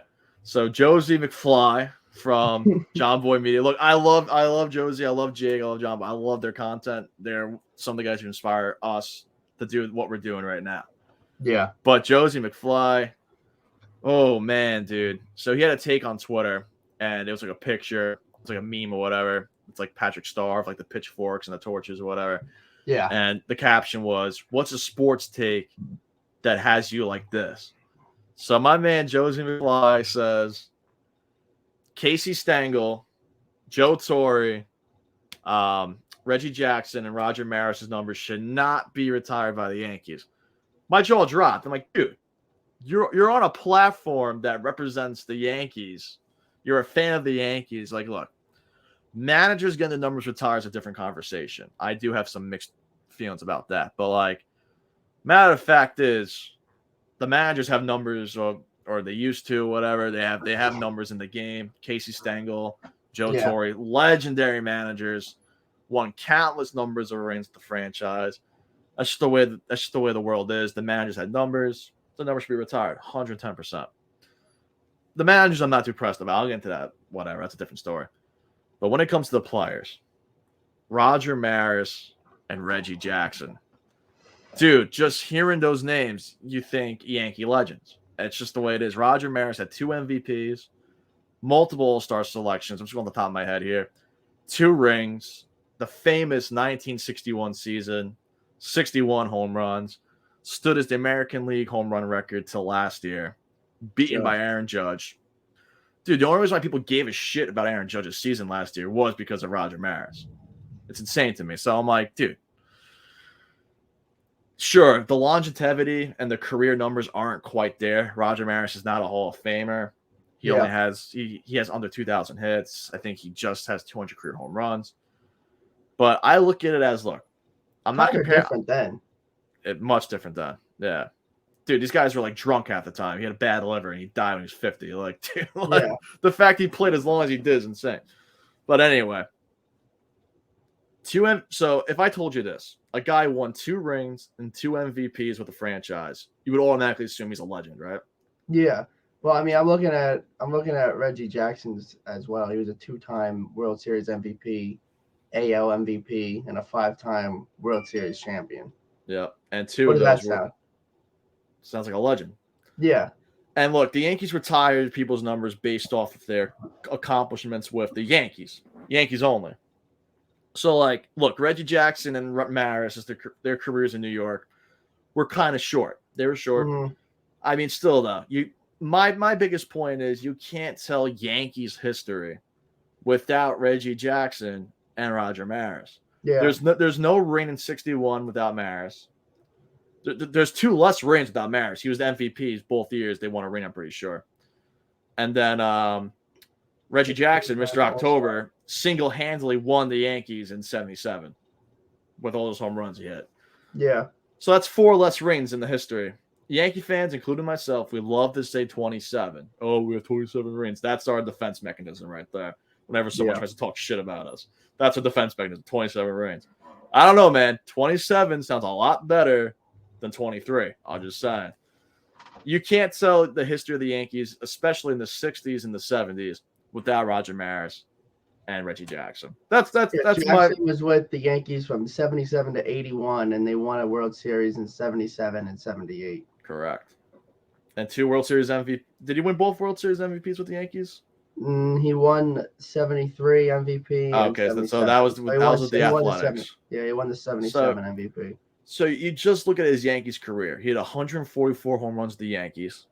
He was also a 4-time AL home run leader. Yeah. 80 and 82. So when he was with the Yankees in the 80, I think he had like 41 41 home runs that year. He was an all-star every year at the Yankees. Dude, he brought him 2 rings in the World Series MVP. The number deserves to be retired. I don't know what this guy's talking about. It's insane. Retired. It's insane to me. It's like, dude, the part that boils my blood the most is that, dude, you're a Yankees fan. Why? 93.6% first ballot votes. Yeah, dude. Like, dude, you're a Yankees fan. Why you belittling the franchise you root for? Like, he probably just likes to stir the pot, you know? It's probably he's stirring the pot, and I get it. That's what. I'm gonna see if I can pull this up. Tell me he deleted this tweet, bro. If he deleted the tweet, man. Okay, I got it. Let me see if I can pull this up here. I'm gonna share the screen.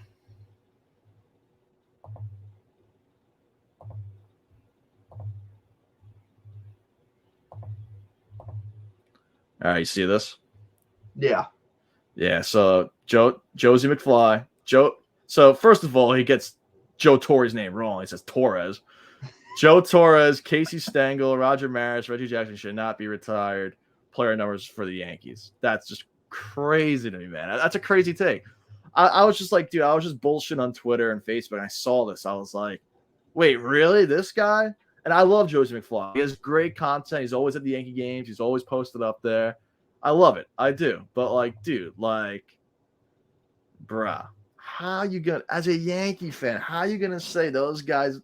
You know how many rings Casey Stengel has with the Yankees? You know how many rings he managed them through? I think it's like 8 or 9 or something like that. That's insane, dude. That's almost half of the Yankees' total reigns in franchise history. Yeah. That's ridiculous, dude. I mean, look, I get it. You know, there's an argument. There's an argument that says like some numbers should only be for players only. Managers should have. I mean, you're not gonna go retire every single number. Exactly. Then you're gonna have no numbers left to have them wear. Exactly, dude. I know, but like, what the Yankees are just it, and it's a blessing to even have this conversation. That's how rich this franchise is, man. Yeah. Like 27 rings. There's going to be a lot of retired numbers. You know, there's a lot of legends that built those 27 rings. And look, I'm not saying some journeyman who played for the 1999 Yankees should get his jersey retired because he played it for 1 year. I'm not saying Chuck Knobloch or freaking Clay Bellinger, Cody Bellinger's father, should get a ring. I'm not saying that, or their jersey retired or whatever. But when you're the leader, if you're the leader, the MVP of the team that wins the ring, played a big part in it. Played a big part in it. 2 back-to-back MVPs for Roger Maris and 2 rings in the 60s. I think that warrants your number retired. Yeah, for sure. That's just my 2 cents. Josie McFly, if you somehow watch this, I love you, man. But come on, come on, man. Let's embrace the team we love. You know, it's already bad enough they had a dog shit year. Why not? Why are we gonna roast the history? Why knock them even more? Exactly. But yeah, man. So I think we covered a lot of ground. NFL, MLB, NHL. So this is Pastimes on the Mic. Every hour, every minute, every second, there's something new going on with your favorite pastime. Catch it all here. Thank you for tuning in.